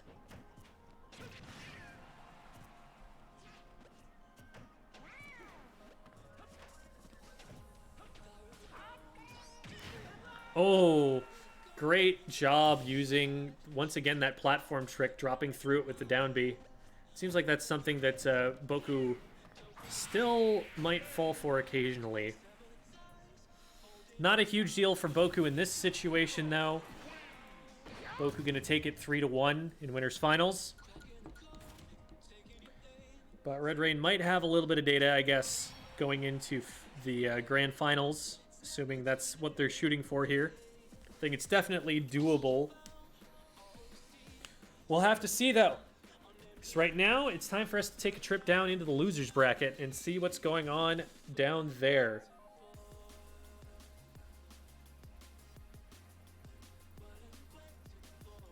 Okay, 3-1 for Boku. So, losers semifinals is up next. Gonna have Meester Heaster versus Neko-chan.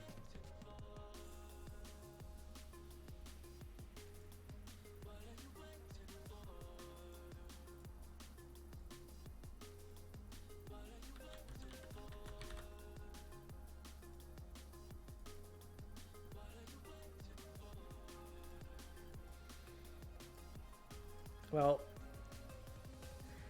we may not know who Neko-chan is going to play, but we can still give them a character icon that is befitting their person. They are a cat, after all, you know.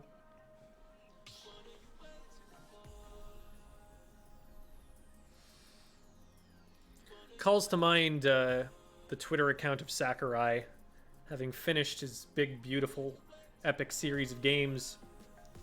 He's just relaxing at home, posting pictures of his cat. And honestly, who doesn't like a picture of a cat?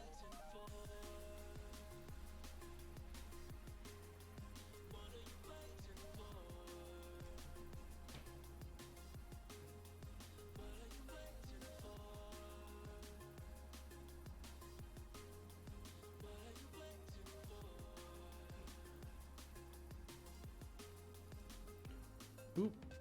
Well, I have spoiled the reveal a little bit, but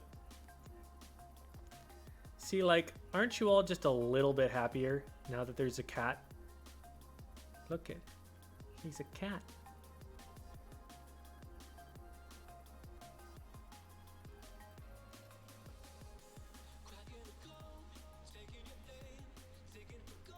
What'd I tell you? Chat knows it. Pictures of cats. They're great.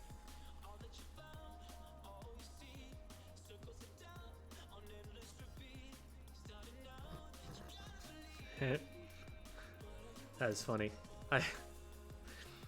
In my OBS scene, that picture of a cat is labeled Cat 5, and it made me think for a second that it was like an Ethernet cable. Which, speaking of which, hey, if you play Super Smash Bros. Ultimate, make sure that you're playing on a wired connection with an Ethernet adapter.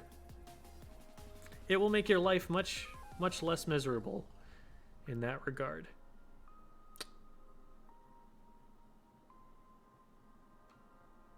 Ah, Neko-chan does approve of other Nekos.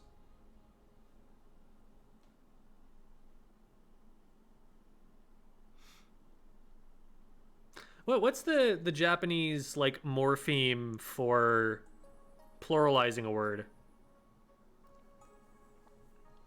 Is there like a particular syllable that you add to pluralize something that's consistent? It can't be like Nekos, I wouldn't think.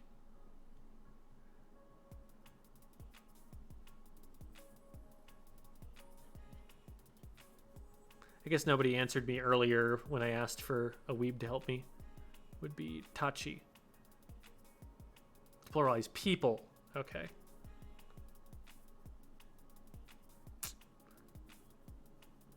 I mean, I guess Neko-chan is technically a person, so it would be another Neko, Neko-tachi, I guess. But is it a suffix or a prefix? I don't know. Generally, nouns are plural and singular. Ah, suffix. Okay.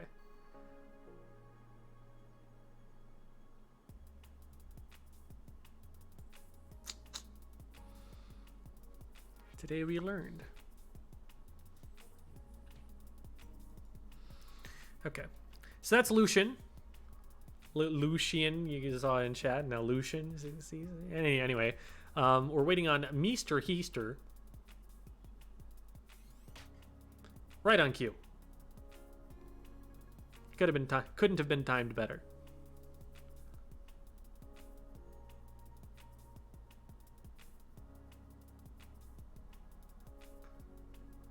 You're Neko-chan? You better win. They did announce that earlier, but yes. I'm waiting for you. Boku wa... Oh, is that... That is Boku. Boku wa Yusha.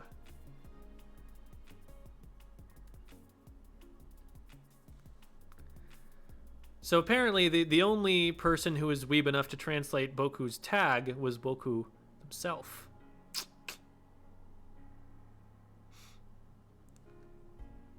I see.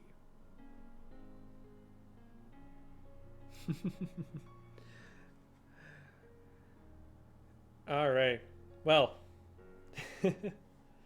my tag means I am hero, or I'm brave. So you're heroic. I see.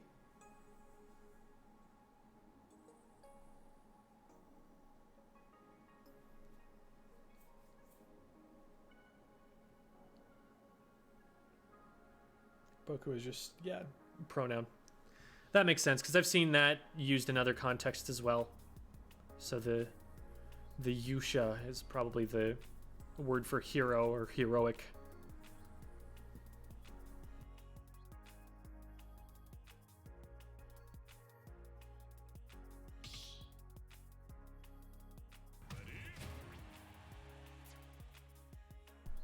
All right, here we go. We've got Meester Heaster playing a King DDD. And then a Ness on the side of Neko-chan.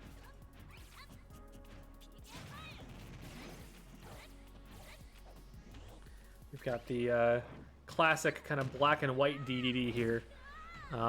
Owing back to the original Game Boy not having color, and yet that being a game that Kirby's from originally. So, classic Kirby just isn't a colorful Kirby. Big forward smash coming through from Meester Heaster.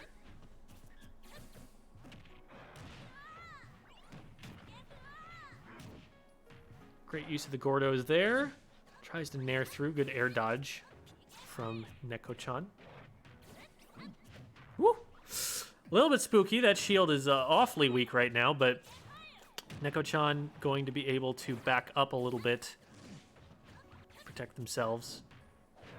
Woo! This air dodge is coming in clutch right now. Meester Heaster's throwing everything in the kitchen sink at Neko-chan, and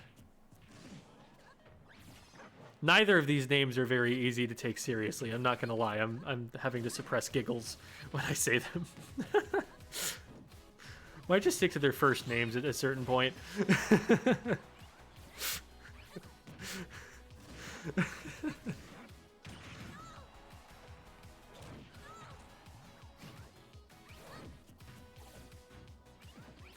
Ooh. Smash attack almost coming through there.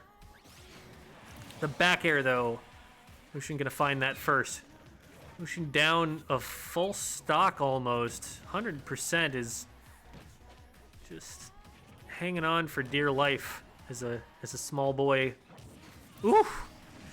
King DDD's got a little bit of more meat on his bones. You know, he's gonna last a little bit longer, but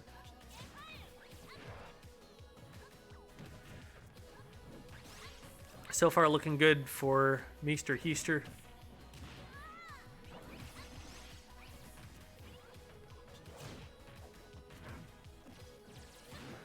Back throw off the stage, going for the up B.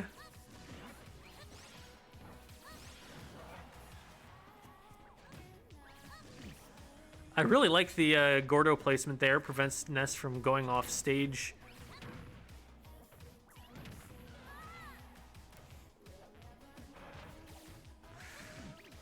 Going for an off-stage edge guard there. Using the invuln frames to get through the down smash attempt.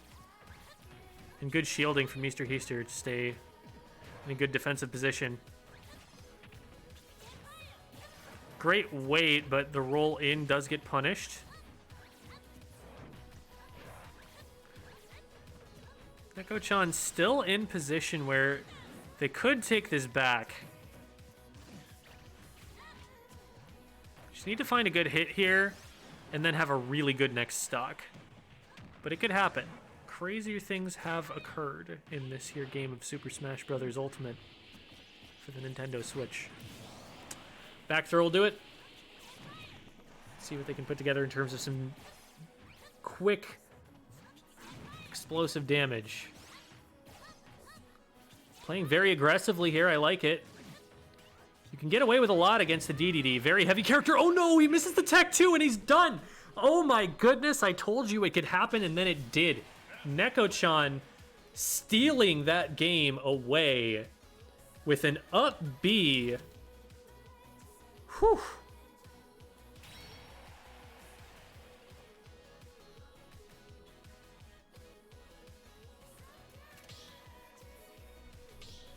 Kind of wild.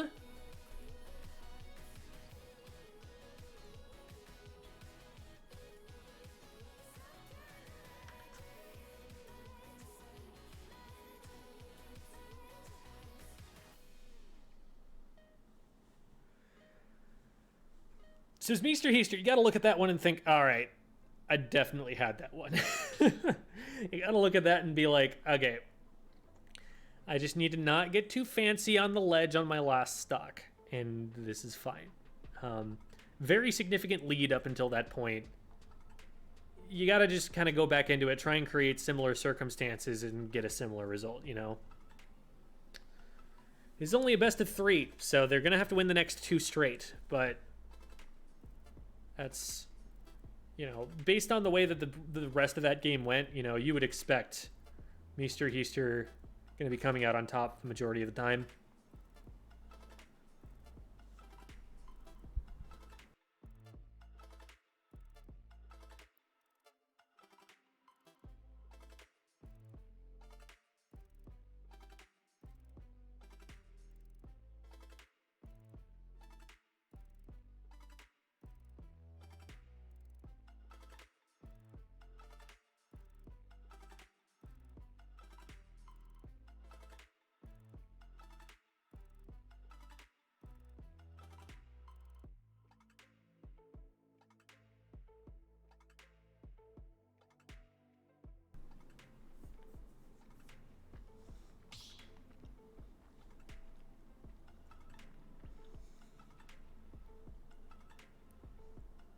Neko-chan's readied up.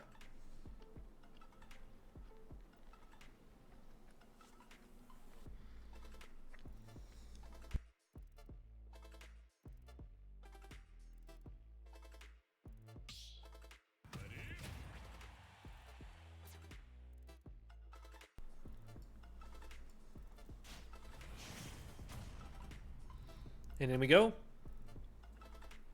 We'll see what stage we end up on here. Town and City. Or no, Smashville, rather. Long, flat stage. Plenty of space for Gordos to wreak havoc. And fairly large blast zones, if I remember correctly. Which will aid with DDD's survivability. DDD's not going to have the problem KOing Ness. It's really going to be the other way around here. Ooh. Smacked right back at him by the PK Thunder. Oh, but that grounds. That's really good damage. Again, getting the Gordo just smacked right back at him. It's kind of impressive how many different ways you can volley that right back at a DDD. Just want a hitbox that's relatively disjointed. Ooh, really slick there. Mr. Heister slipping up a little bit on the recovery. What Ness did there was hold the down smash. It was charging. And like very few smash attacks in the game, Ness's down smash actually has an active hitbox even before you release the charge. The yo-yo spinning there can hit you.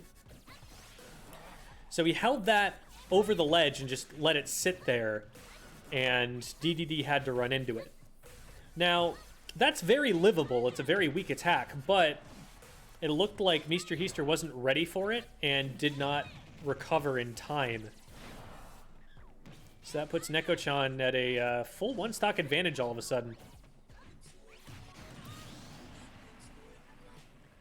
So that's going to go solidly in DDD's favor. Good chunk of damage that Neko-chan able to stack up, but DDD is a heavy boy. He's back to fight. Maybe not another day, but at least for another 30 seconds or something.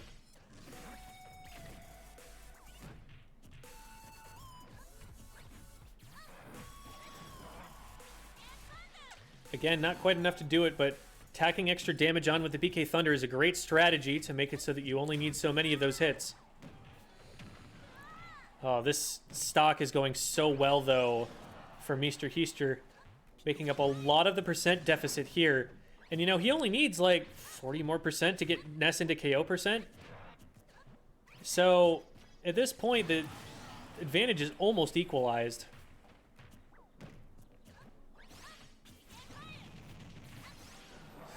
Ooh, that's really good for Neko-chan. Making it really difficult for DDD to get back to the ledge, but they do. They recover. Beautiful read with the PK Fire there. DDD using that armor to get through the PK Thunder. Tags him for the damage still, but will at least not get KO'd. And the up B, once again, not being quite respected enough by Neko-chan, ends up taking them off the top. So 134-0 here. Significant deficit on Mr. Heister's side, but Again, the character that survives for this long, he's got a few good hits left in him. Oh, and there's the shield grab. Trying to catch him with the Gordo on the way down. The cheesy little gimmick kills here, you know. On the one hand, that might be all that you had time for. On the other hand, lower percentile might have just wanted to, I don't know, cover space above for the high recovery with an aerial or something. But the low Gordo, not going to stop the high recovery, and Ness was able to get on for free. So Neko-chan may have stolen the first game, but owned the second game solidly. They earned that one for sure.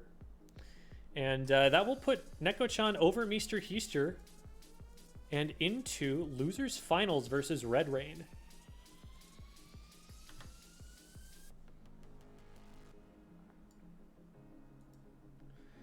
So we are now best of 5 for the entirety of the rest of the bracket. We're going to be seeing Red Rain versus Neko-chan in losers finals. We're going to be hearing a car alarm outside. Apologies for that. That's picking up on the mic.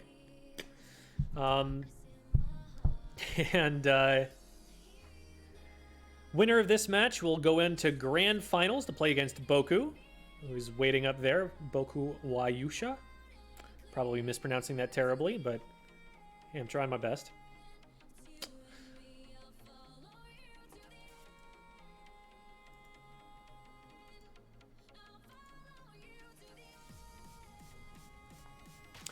So, whoever wins this, yes, they will go into grand finals, but in order to win grand finals, they'll need to win twice.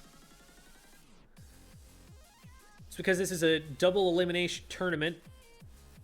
And if one of these two players defeats Boku, Boku will have only lost a single set.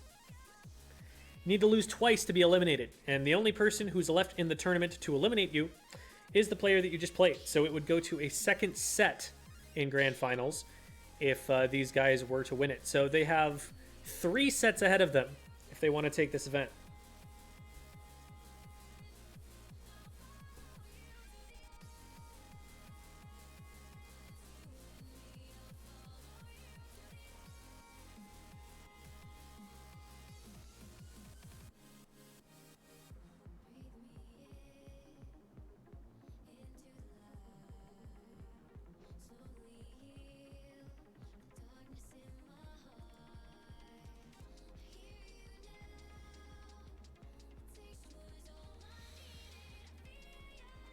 All right, here we go.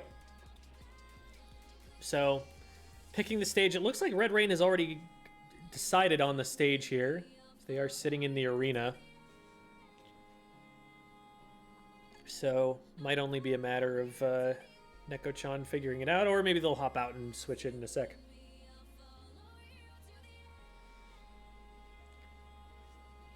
See if I can spy on anything in Discord.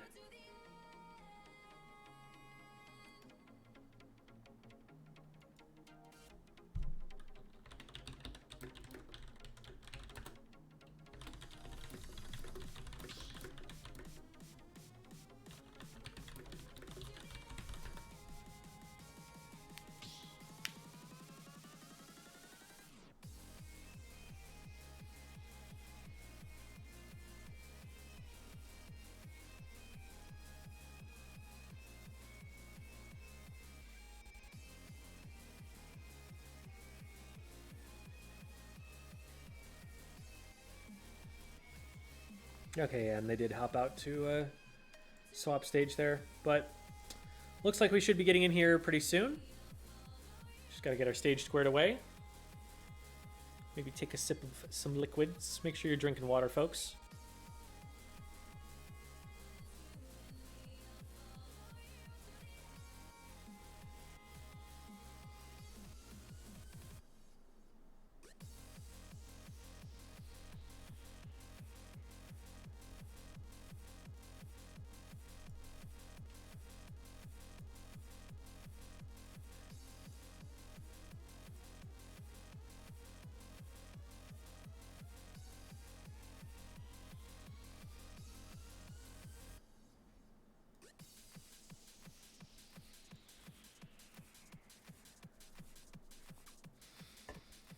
Should be getting going pretty soon here, I would think. Let's see here. All right, looks like they agreed in chat to go town and city.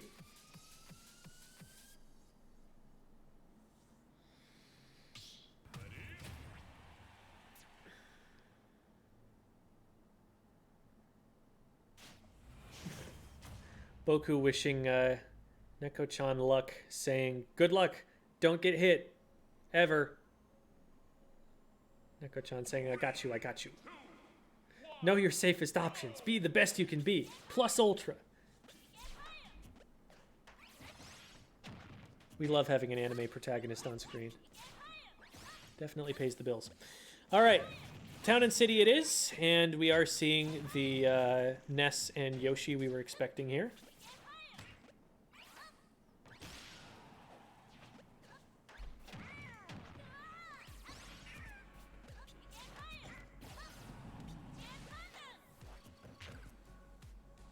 Oh, that was a little spooky. The screen froze there for just a second, and I was worried.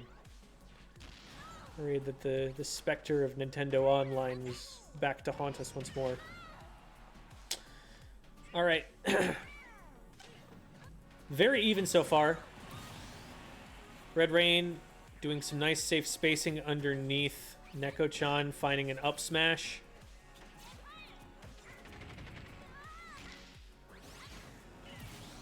All right, not a bad trade for Red Rain to go out on. Gets a slight percentage lead, and they're right back on top of Neko-chan before they can even take center stage. Good use of the platforms there for Neko-chan to get out. Playing good defense. Great backup. Oh, I was expecting a little bit more out of that PK Fire. Could probably at least get like an up air to string together some kind of juggle or something. Maybe a grab. But still. Both showing they're capable of spacing around each other. We've got a projectile war going on. Ooh! Red Rain almost pulling off a forward air there, which would have put... I was about to say the wrong name. I was about to put Neko-chan on the ground. Rough situation. And a raw forward smash, actually, on a whiff punish there from Red Rain. So, Neko-chan on the back foot, needs to find a KO fairly soon. And then just play a little bit cleaner, so they're not getting hit by stray smash attacks that Red Rain is showing that they're willing to throw out there if the opportunity arises. Ooh.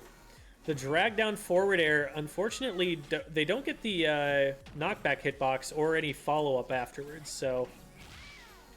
Ooh, little spooky there. Gets kicked off the ledge by the, I think it was a hit of down air. I really love that way to get down, but they didn't actually get out a jab or anything to control space once they were on the ground, so... Took even more damage. 76% for Neko-chan. They're going to have to play really, really safe and get damage where they can nickel and dime it here. It's a good start, but they can't go in too hard here. They can't overcommit. Beautiful double back air. They're winning back a lot of this percent. Unfortunately, it's not in the cards for Neko-chan. Red Rain is able to clean that up and take a game one. So, best of 5. We've got at least 2 more games to go, potentially 4 more. Definitely not over yet, but that did look pretty good for Red Rain, pulling ahead a little bit more with each stock.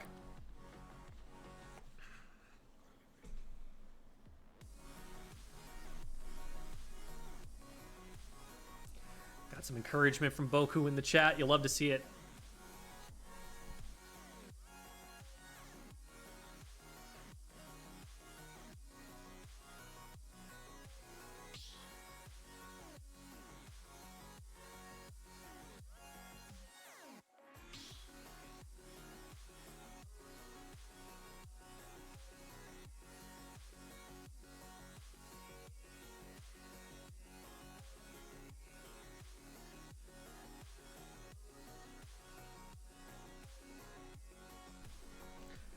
Shoutouts to Laszlo. Great artist. Big fan.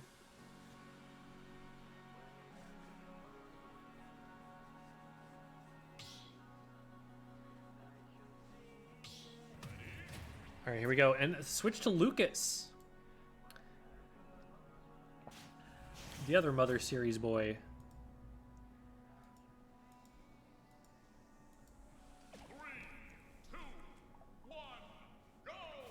See what additional tools Lucas brings to the table that they're interested in using against the Yoshi here.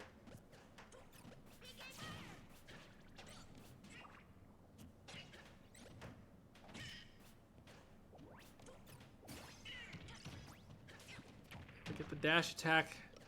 Trying to follow up. Not really finding too much here. Ooh.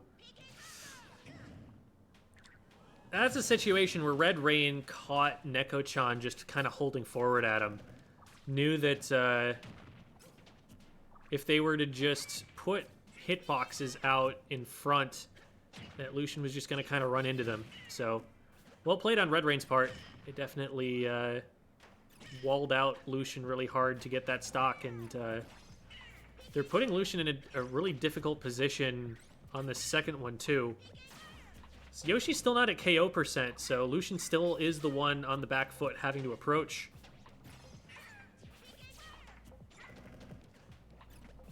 Inkling ink consumption is not accurate. Yeah, you can throw a lot of splat bombs. If you could throw that many splat bombs, the junior would be top tier for sure. Just have a walking bomb rush.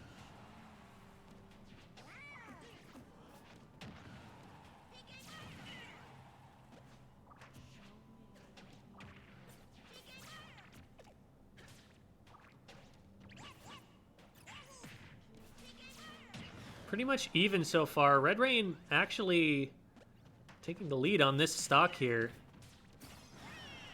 Great dash attack there, just dodges the down B. And actually, not sure they were going to dodge the down B. They reflexively air dodged, and that lost them the time that they would have needed to punish it. Grab should probably do it here. Those psychics, you know, they do throw people. They do throw people hard. Down smash going to knock Lucian off the level, but not going to do enough until the forward air comes through.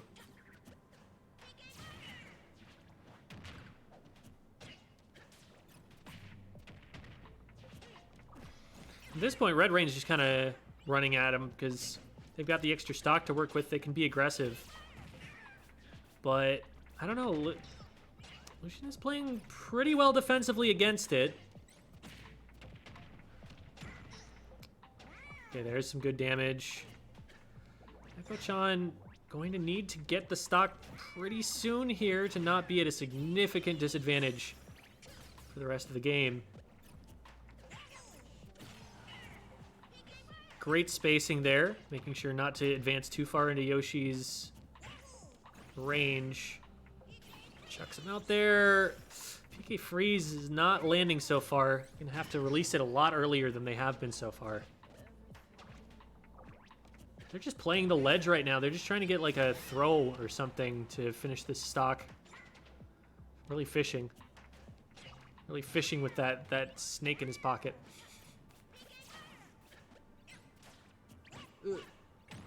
I don't know. Is it a worm? Is it a... I don't actually know the lore for that one. I think it's a snake. Throw goes off, but Lucian at 100% gonna have to put together a heck of a stock here to make it back against Red Rain. They managed to find their way down, only to get down B'd into oblivion. Red Rain takes game 2. They are at match point for losers finals here, looking like they stand a pretty good chance of being able to play against Boku in the rematch grand finals. But it's not over till it's over. Let's see what Neko-chan has to say about it.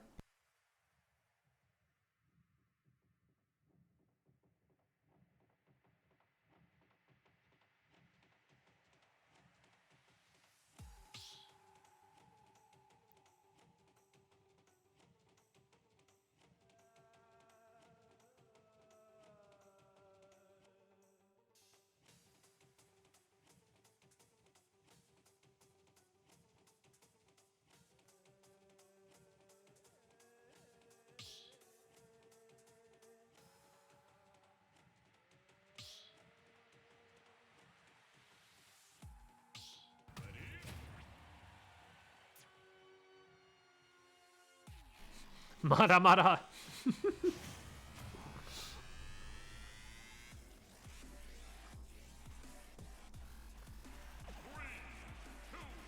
Got some significant wubbing and dubbing.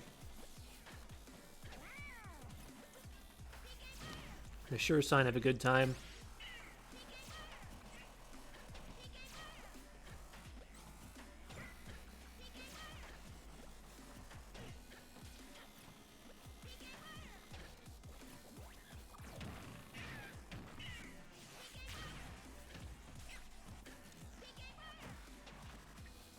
Some very surgically precise play here so far from Neko-chan. I'm really liking what I'm seeing here.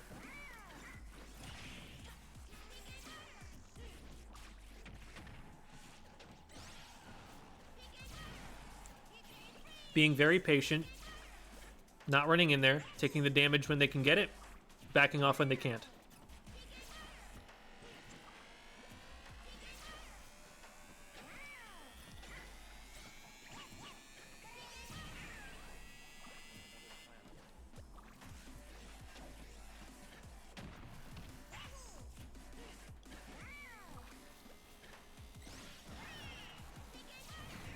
Almost a flawless stock from Neko-chan. That was amazing.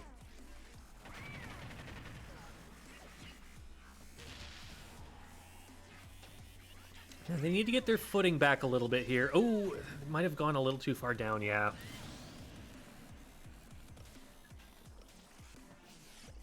But their spacing on stage was immaculate on that first stock.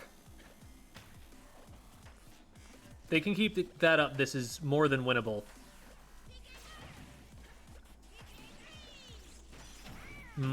A little impatient going for the PK freeze. That's a very punishable attack. Problem being, it's a very predictable trajectory. You know exactly where it's going to end up, so you can avoid it very easily while still closing distance.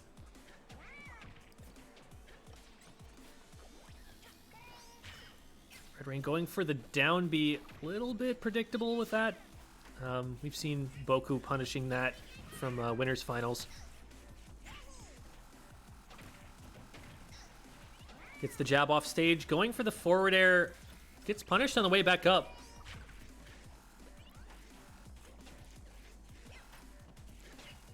Pretty much dead even at this point. Ooh. Super tense right now. Ooh! Neko-chan stays on the edge for a little bit too long, and really smart by Red Rain there to test that. Going for the forward air to just spike him off it.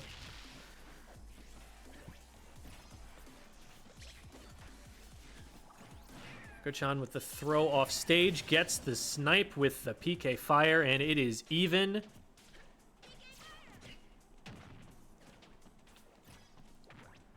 Oh, goes for the reverse forward tilt, but actually Yoshi too fast for that.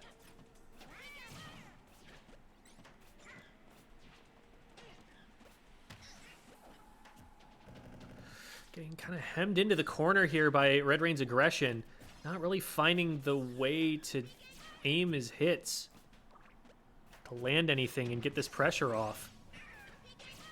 Getting some good counter hits here and there, but it is not the precision that we saw in Stock 1. Oh, that was a really risky decision. There had been a harder punish there. Oh no, in the back air spikes! Red Rain thought that they were going to get the dunk, but they get that reversed on them with a clever little backflip. Let's go, Neko-chan. If that comes out like 3 frames later, it is Neko-chan who gets spiked and not Red Rain. That was about as close as it's ever going to get.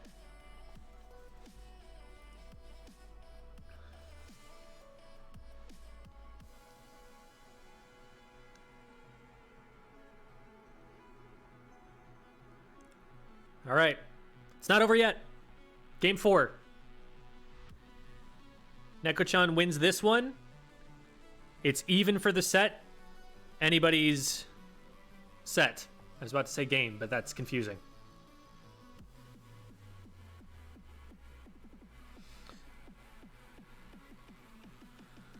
see. Are they talking about their stage bands there? Yeah, Red Rain in the chat. LOL, I thought I spiked you there. Nice. Yeah, they're both recognizing it. All right. So Red Rain looking for Neko's bans. The bans are Final Destination, Kalos, and Smashville. So stages with large open center platforms are what we're getting rid of here. Which makes a lot of sense because that gives Yoshi a lot of potential to use the eggs to control space.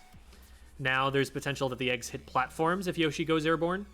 There's also kind of juggle potential because Yoshi has to land either go through the platforms and use an input to get down through them, or just kind of land on them and be stuck above Lucas. So I definitely agree with the thinking there. Trading some projectiles here, and Neko-chan's doing a little bit more damage, so that's going to go in their favor if they do manage to make that keep happening. Yoshi's a little bit easier to make connect, though.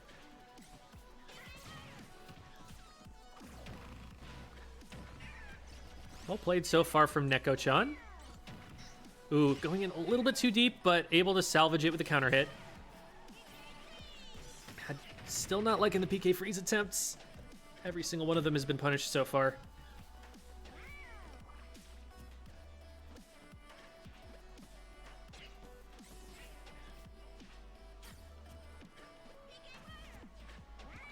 Just kind of trying to keep their space is Neko-chan. But they're backed up against the edge of the stage. Psych, that's exactly where they want to be. That's where the back throw is going to KO earliest. And they... Oh, it goes for exactly the same trade, but this time it is actually Red Rain who comes out on top of it. Might have had a respawn invincibility now that I'm thinking about it. I'm trying to remember the situation. Maybe I'm wrong about that, but either way, that was not an option at that point.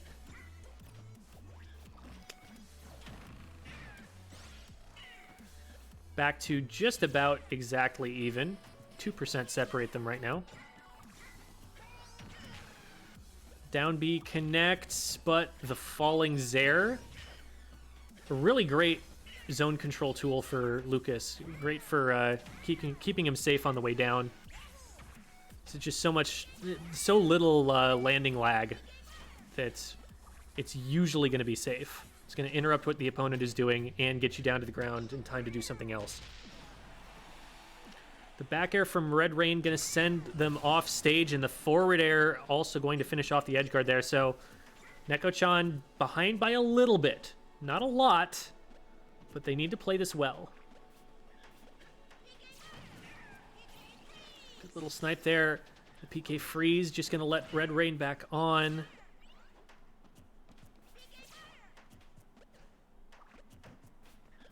Not getting hit by any eggs, but forced to be in a position where it's hard to aggress.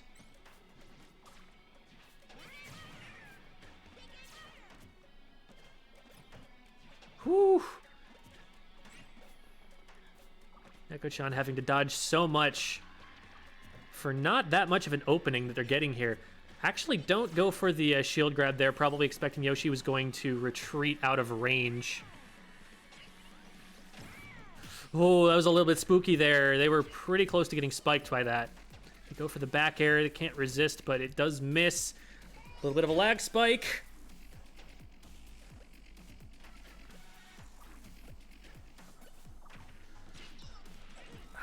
Just little nickels and dimes of damage being done to Neko-chan here. Still very winnable, but needs to find this hit. They're going for a grab a lot. Trying to go for maybe like a back air that would knock them off the top probably. Good job just respecting the edge guard and actually extending the hitbox by hitting the egg. I'm glad that they canceled that PK freeze, but I really wish they would do something other than that in the first place. Probably could have gotten an opportunity for the KO there. And now they're just at really high percent. They need to not get hit by any hits of that. Knock Yoshi off the side. Oh! They a little bit of a weird property of the Zaire there, catapulting them below the ledge instead of grabbing it, I think. Either that or they just missed it. Oh, they get grabbed, thrown back off stage. That's not going to KO yet, but the very next hit will. If they do even the same thing. Off the top, not quite, because they bounced. And they just come down confidently with that forward air. Try to go for the down air, not going to find it. The back air hits, but not going to KO.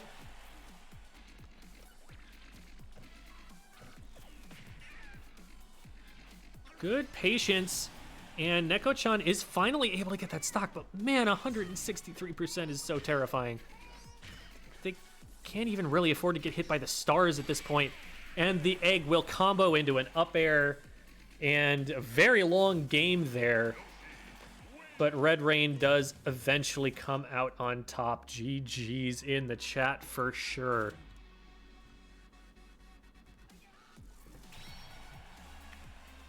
My heart says Neko-chan, absolutely. Very intense.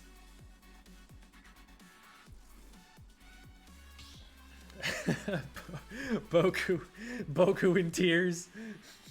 Crushed. Well.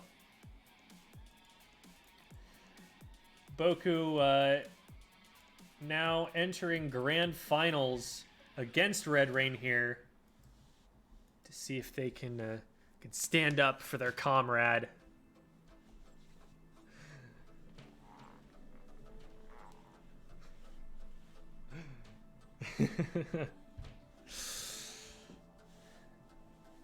All right, here we go.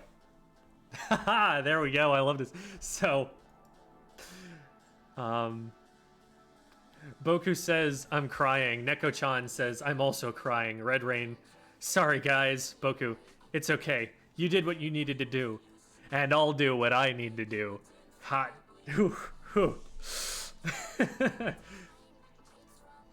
These guys are talking like they're anime characters. It's wonderful.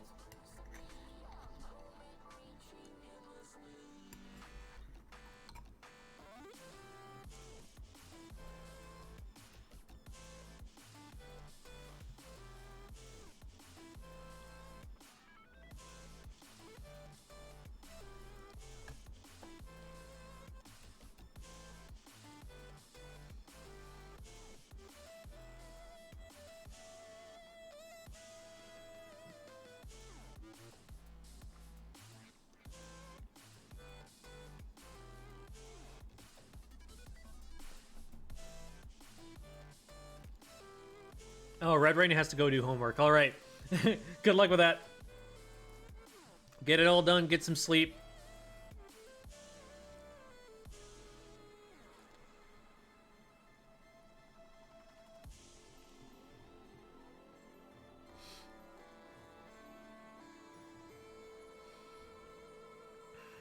But before they get their homework done, they have to play Super Smash Brothers. It's mandated, required.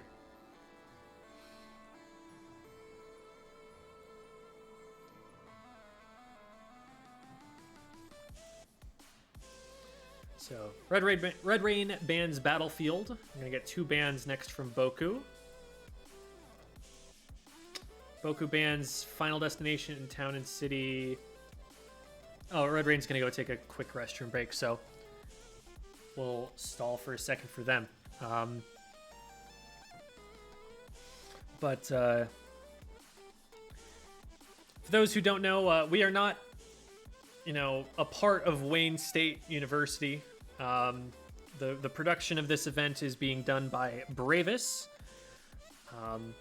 We are an esports organization dedicated to helping people play together wherever anybody wants to play.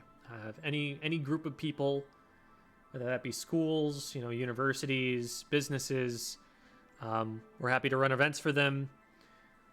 We're happy to kind of work with them and try and build their scenes up as much as we can help them with. We bring a lot of tournament organizing experience.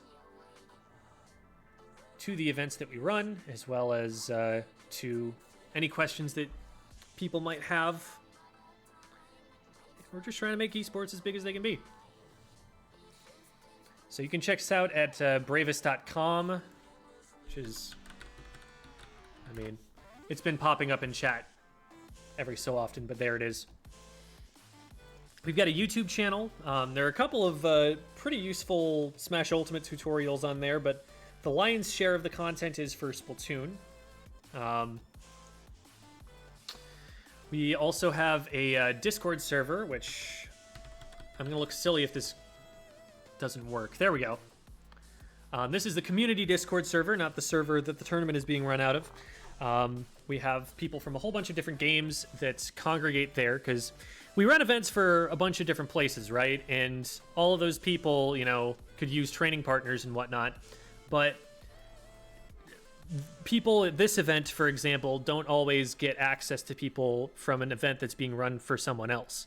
And there are a lot of people who are, you know, like-minded people. They're going to college, they're at your age, they're really getting into, you know, competitive Super Smash Brothers or whatever other games you want to play, and just looking for people to play with. And maybe your local scene isn't that huge, or maybe there's a matchup that you're looking for experience in that nobody can really give you.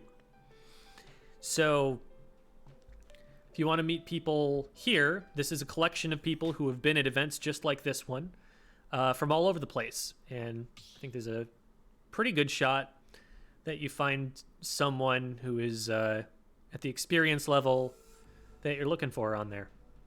So check it out if you're interested. We also have a shop that Nightbot keeps telling us about. We have custom jerseys that look pretty sick. Got hats and things like that. If you're looking for something to keep you warm in the absolutely brutal winter. I'm in Minnesota, guys. I get it. It's rough out there.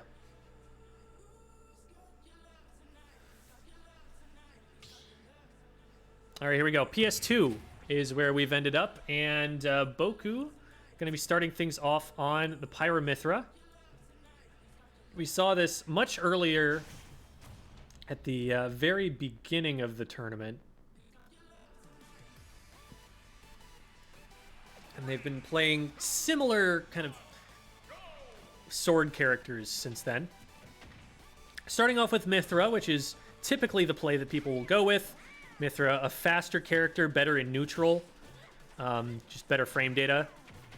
But Pyra has the stronger attacks and the better finishing blows. So you tend to see people switch to Pyra once their opponent is up getting towards KO percent to try and set up the finishers that Mithra is lacking in a little bit. Basically, speed versus power. Most of the time in fighting games, the answer to that question is just always speed. But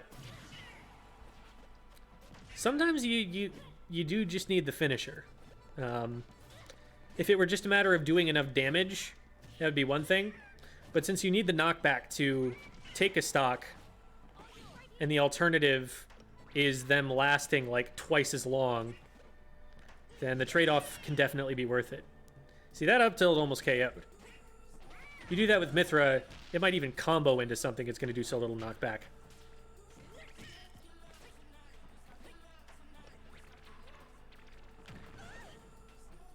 Interesting.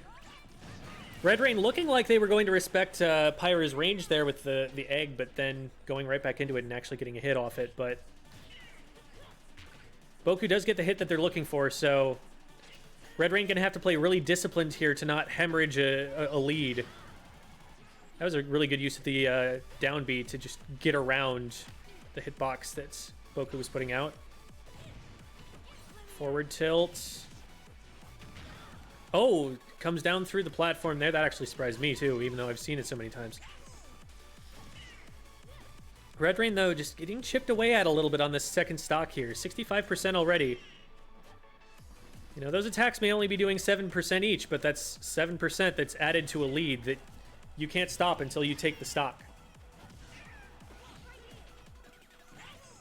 And the Pyra is out Forward tilt gets Yoshi off stage here, trying to intercept in the air, but the egg will cover Red Rain excellently.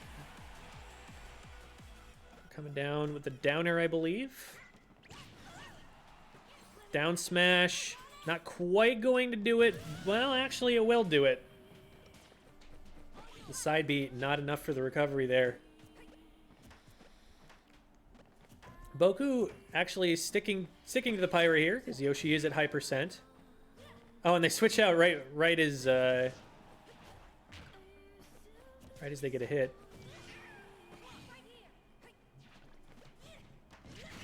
Switching to, you know, for very particular situations, you know, if Yoshi's above them, it's just easy to land like a quick up tilt that gets the stock like they just did.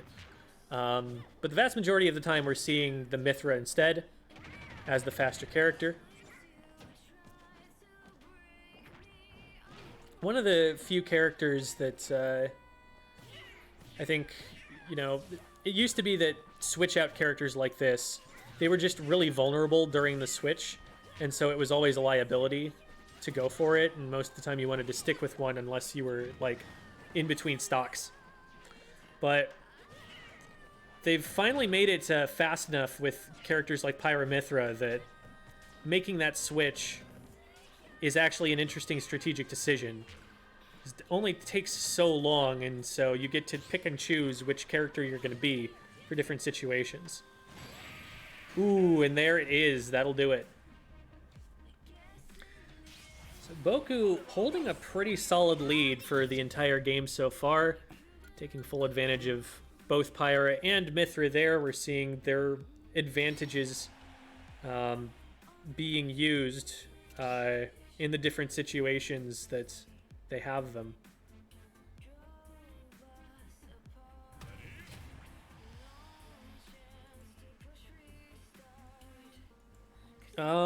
They might need this. Okay, that was a mistake. That was a mistake. They didn't intend to just run it back.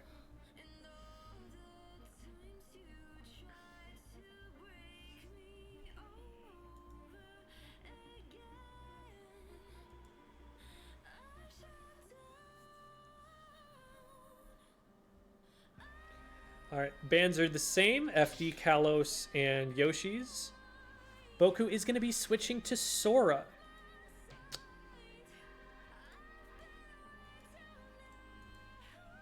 I have a confession to make.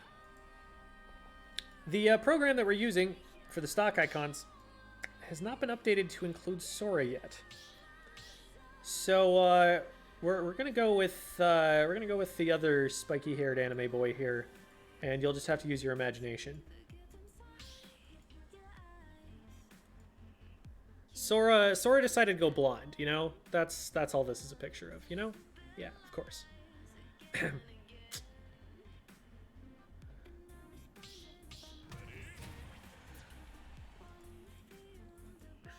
Alright, so here we go. Sora, newest character in the game, last character in the game.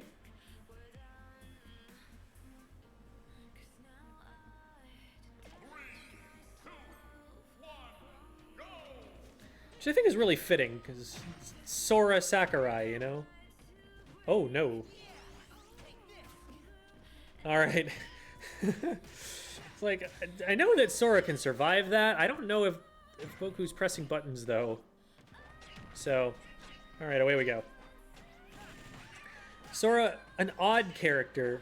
Very floaty. Like, that double jump is really not great in terms of combat potential. But it does go pretty high. It's supposed to reflect the nature of the character who, in the games, is theoretically bound by gravity, but goes for a lot of, like, aerial combos that just don't make an awful lot of sense. And getting hits keeps you up in the air the more you hit them, so to an extent that is actually mimicked in the mechanics of this character. Now, obviously they can't make that too strong or they would just be able to recover from everything, but I think they hit an interesting balance with it. Now, not the most mobile character in the game. In the air, they can stay up there for a while. You know, they can take up space really well. and they recover pretty well. But in terms of getting from point A to point B fast, they don't always have the tools. So they've got to kind of play this control play style. Going for a lot of juggles. Staying right in range and kind of threatening all the time, which is something that floaty characters are really good at doing. With a fast character, you can, you know, fake someone out, but you can't always, like, stay right outside of max range and just, like, hover there.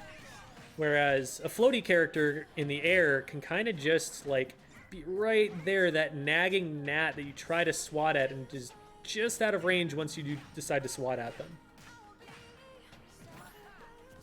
Dangerous little combo that Boku started to get going there, but wasn't able to finish off.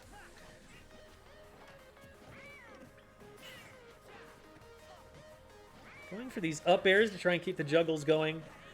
Red Rain, you know, Yoshi likes to be up there in the air, hovering in that awkward spot. But with the way that Sora is able to just stay there and put up airs in the way, might need to revise the playstyle a little bit from how it is with other characters. Very, very fortunate to have the platform in the way of the Thundaga there. Prevent them from getting hit and edge guarded further. Red Rain trying to make good use of the eggs here. Gets some good damage. Goes for a spike. Not going to find it, but is going to get a grab. Goes for another one. Almost gets countered. Got to be careful going for that. Ooh, and the roll gets caught by an up air here. Being threatened here by the Sora up airs. Need to find a way to get their feet on the ground. They do land. And the down B will do it, and they get a dash attack. Chasing Sora very far off stage. Not going to be able to really go all the way out there, especially at such low percent. But the forward smash will do it, and Red Rain actually finds themselves the game.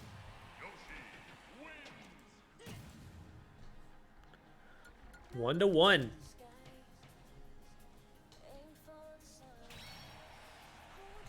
So, if this were to go to the distance, if this were to go to a Game 5, something to bear in mind is that at the moment, Boku is the one who has counterpick advantage.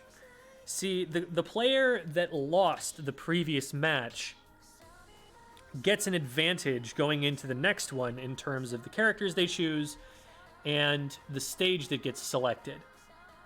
Well, if it's going to a Game 5, the player who is up 2-1 is the player who's going to have the advantage on the counterpick. So if they just trade back and forth with Red Rain winning on their counterpick, Boku winning on their counterpick, and we keep bouncing back and forth like that, it will be Boku who wins it, because they won Game 1 here. So that's an important thing to think about. We get to Game 5, it is going to be Boku's choice unless Red Rain can win the next one and break Boku on his counterpick, to use the tennis term. And the Joker. How many characters does this guy play? My goodness.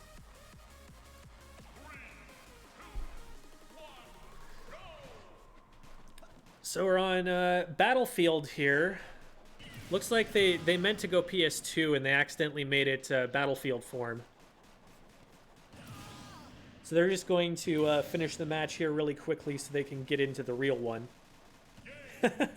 That's such a ridiculous move. I love it. Alright, so they'll get that fixed and they'll get right back into it.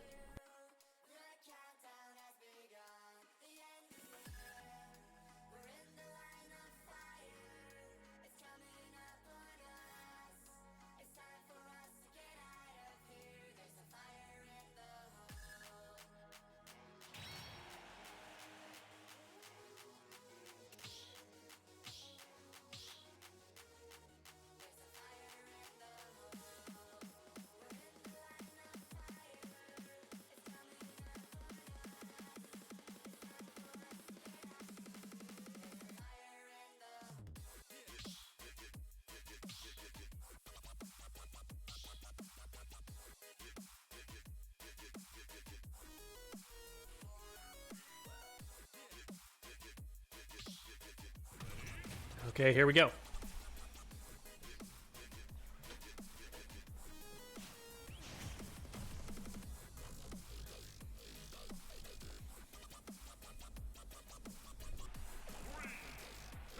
Pokemon Stadium 2. Red Rain starting off by controlling the stage with these eggs. Trying to keep Joker from getting his footing and being able to engage. It's a fairly early Arsene here for Joker. So let's see what Boku could do with it. For those who are not aware, Arsene is the persona that you can see hovering behind Joker here. Powers up a lot of the attacks, changes the properties of them, generally does a lot more damage and a lot more knockback, but it's temporary. The meter that you can see there is winding down, and now Arsene is gone, and we're back to regular Joker.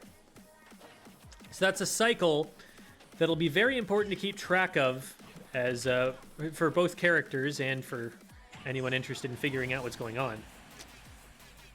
Bar will increase as Joker takes damage and also uses his counter.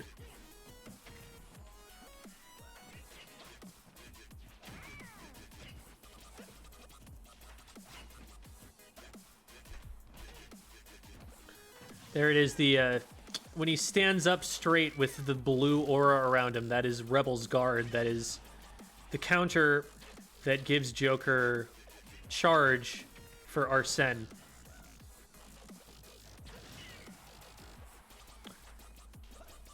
That back air would have absolutely KO'd if it had been an Arsene back air, but we're just standard Joker here, so... Ooh. Both swinging at each other. Only Red Rain hitting so far. Red Rain at really high percent, and just an up air is going to do it at that point. Red Rain going to stand on the respawn platform for the entire duration of it to waste as much time that Joker has with Arsene as possible.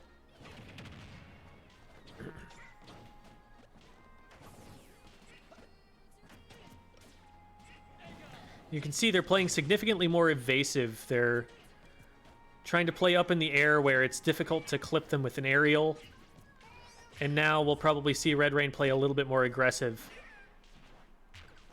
Ooh, down B, a little bit too aggressive there. Not even really going to hit at that point.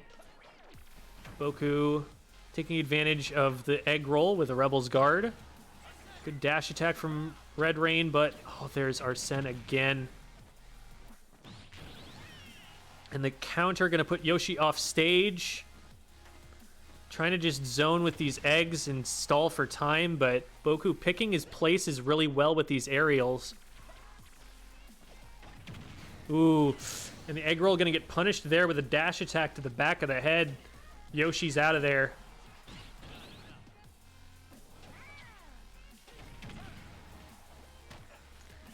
Okay, Red Rain with a great opportunity here to potentially KO Joker before he gets enough charge for Arsene. Oh no, Arsene is out.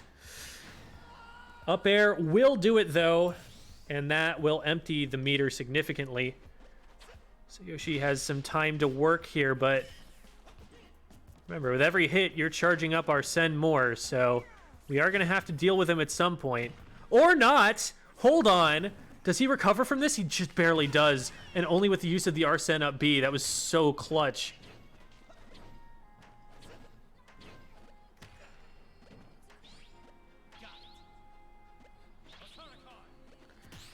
Yoshi perfectly content to throw this out there. That counter isn't really doing anything.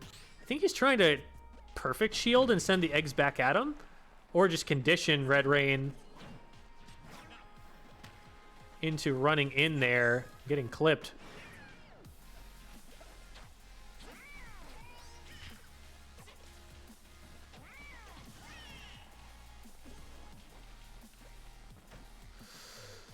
Ooh. Some tense moments here. Yoshi, pretty high percent, but could potentially end the game here before the Arsene comes back out. The up smash comes out, and Red Rain able to survive just long enough to make it happen. So Red Rain now takes back counter pick advantage by winning on Boku's counter pick. And we are now on reset point. Remember that if Red Rain were to win this set, that would not be the end of the tournament because Boku has only lost one set at that point. Boku's currently undefeated, and it's a double elimination tournament. You got to lose twice to be out. So if Boku loses here, we replay the set now that both of them are in loser's bracket, and at that point, it's anybody's game. So Red Rain, one game away from putting us into that reset, into that second set of grand finals. It would be just another best of 5 set, played exactly the same way this was. And Boku now switching it up and going with Shulk. Just plays every anime sword character, it seems.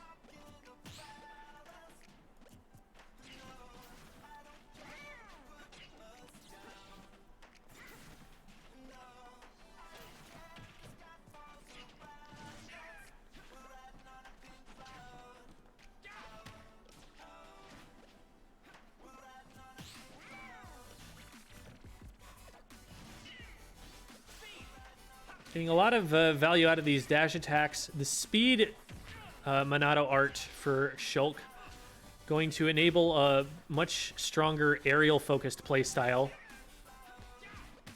Great positioning from Boku there to land the hit on Yoshi's egg roll at the end there. Really not letting Red Rain get away with a lot of those. Big forward smash with the smash Monado art, and able to swap it straight to jump. Move around a little bit more. Ends up deciding not really to use it that much, but so far the Shulk definitely paying off.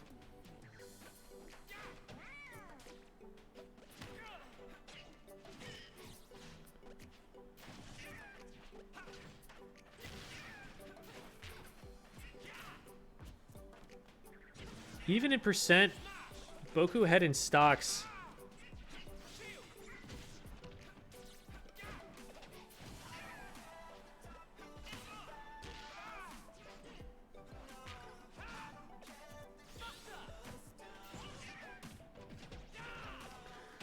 Opts for a big hit, trying to take advantage of the Buster Monado art. Not really finding it there. All right, Red Rain with the down B, able to equalize the stocks. I've been watching, trying to figure out if there's any kind of pattern here for Boku choosing Monado arts, or if they're just kind of rolling the dice for him.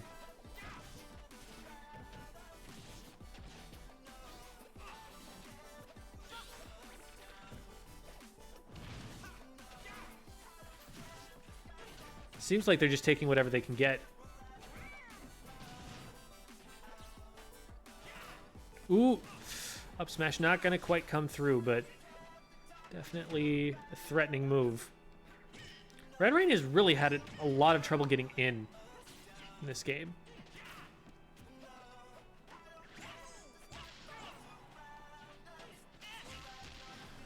The back air is going to keep the edge guard going somewhat, but with shield Monado art out, it's going to be hard to do a lot against them. They're just going to be able to really tack up damage. It's going to put Shulk into kind of combo knockback instead of KO knockback.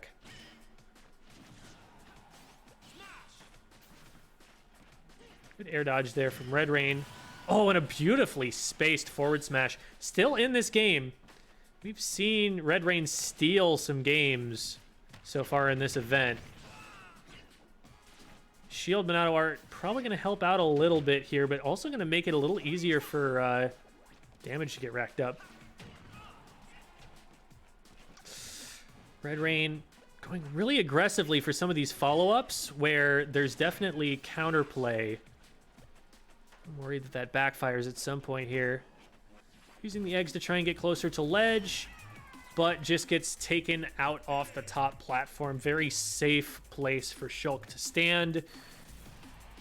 Never want to be on a platform over a sword character. They've got that disjoint, and it's going to hit through the platform when you can't hit through it yourself. Game 5, Grand Finals Set 1. If Red Rain wins, it's a reset. If Boku wins, that's the tournament.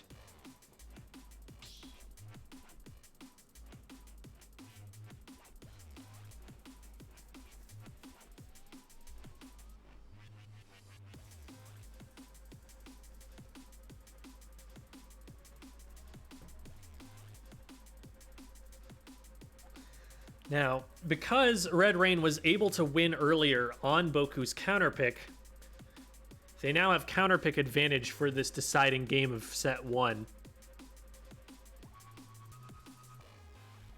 So we'll see where we end up. Oh, interesting. Boku's putting in chat, no more sorties, switching to Terry. Wait, no. Mac. And this guy just plays the cast, huh?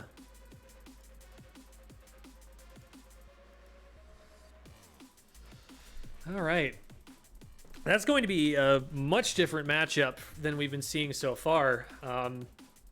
Little Mac is very polarized as a character. They're extremely ludicrously fast on the ground, and some of their moves just have so much knockback. It's absurd. But they don't have a ton of combo potential. Their aerial game is absolute garbage, and their recovery is, I think, inarguably the single worst in the entire game. So they have some really, really big advantages, but generally they're not considered big enough advantages to offset their horrendous disadvantages. But you've always got to respect a Little Mac. You've got to respect the parts of the character that do work. It's not like a character that's just slow and bad in every respect. They demand respect on the ground. You cannot just kind of walk towards a Little Mac. You've got to find a way to get through the flurry of punches and get them off the stage and do exactly what Red Rain just did. Edgeguard them. They are so easy to edgeguard. You play them like a gimmick character. You have a cheese strat, and that cheese strat is extremely consistent.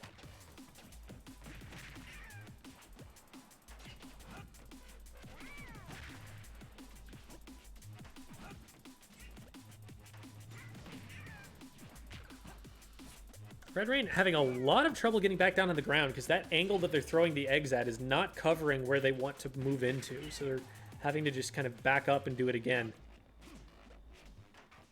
They have all the time in the world. They do have the lead here. Okay, not quite all the time in the world, falling down on an up smash.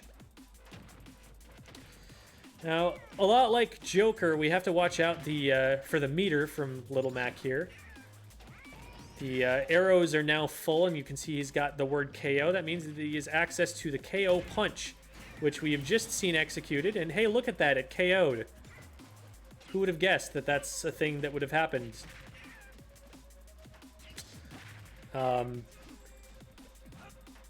It's a very powerful burst of knockback that you get very quickly.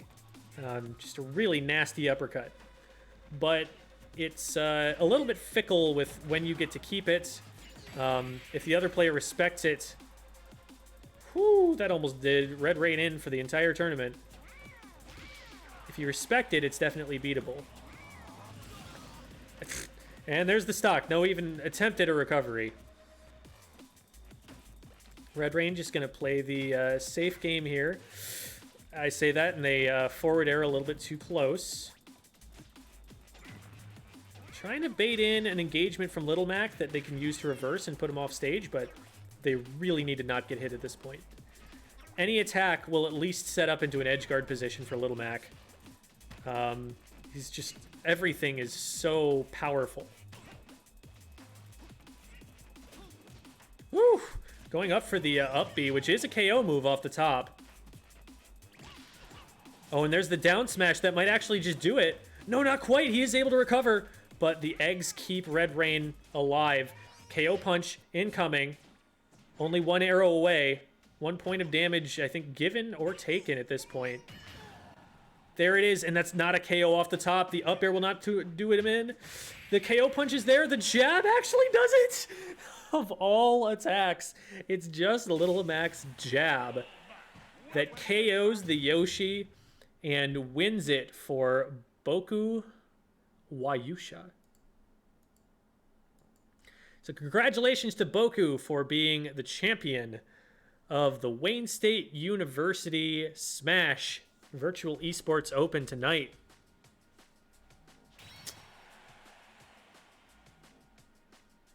So some really good, tense, close games that we got to see at the end of that. I'm happy that we all got to see those.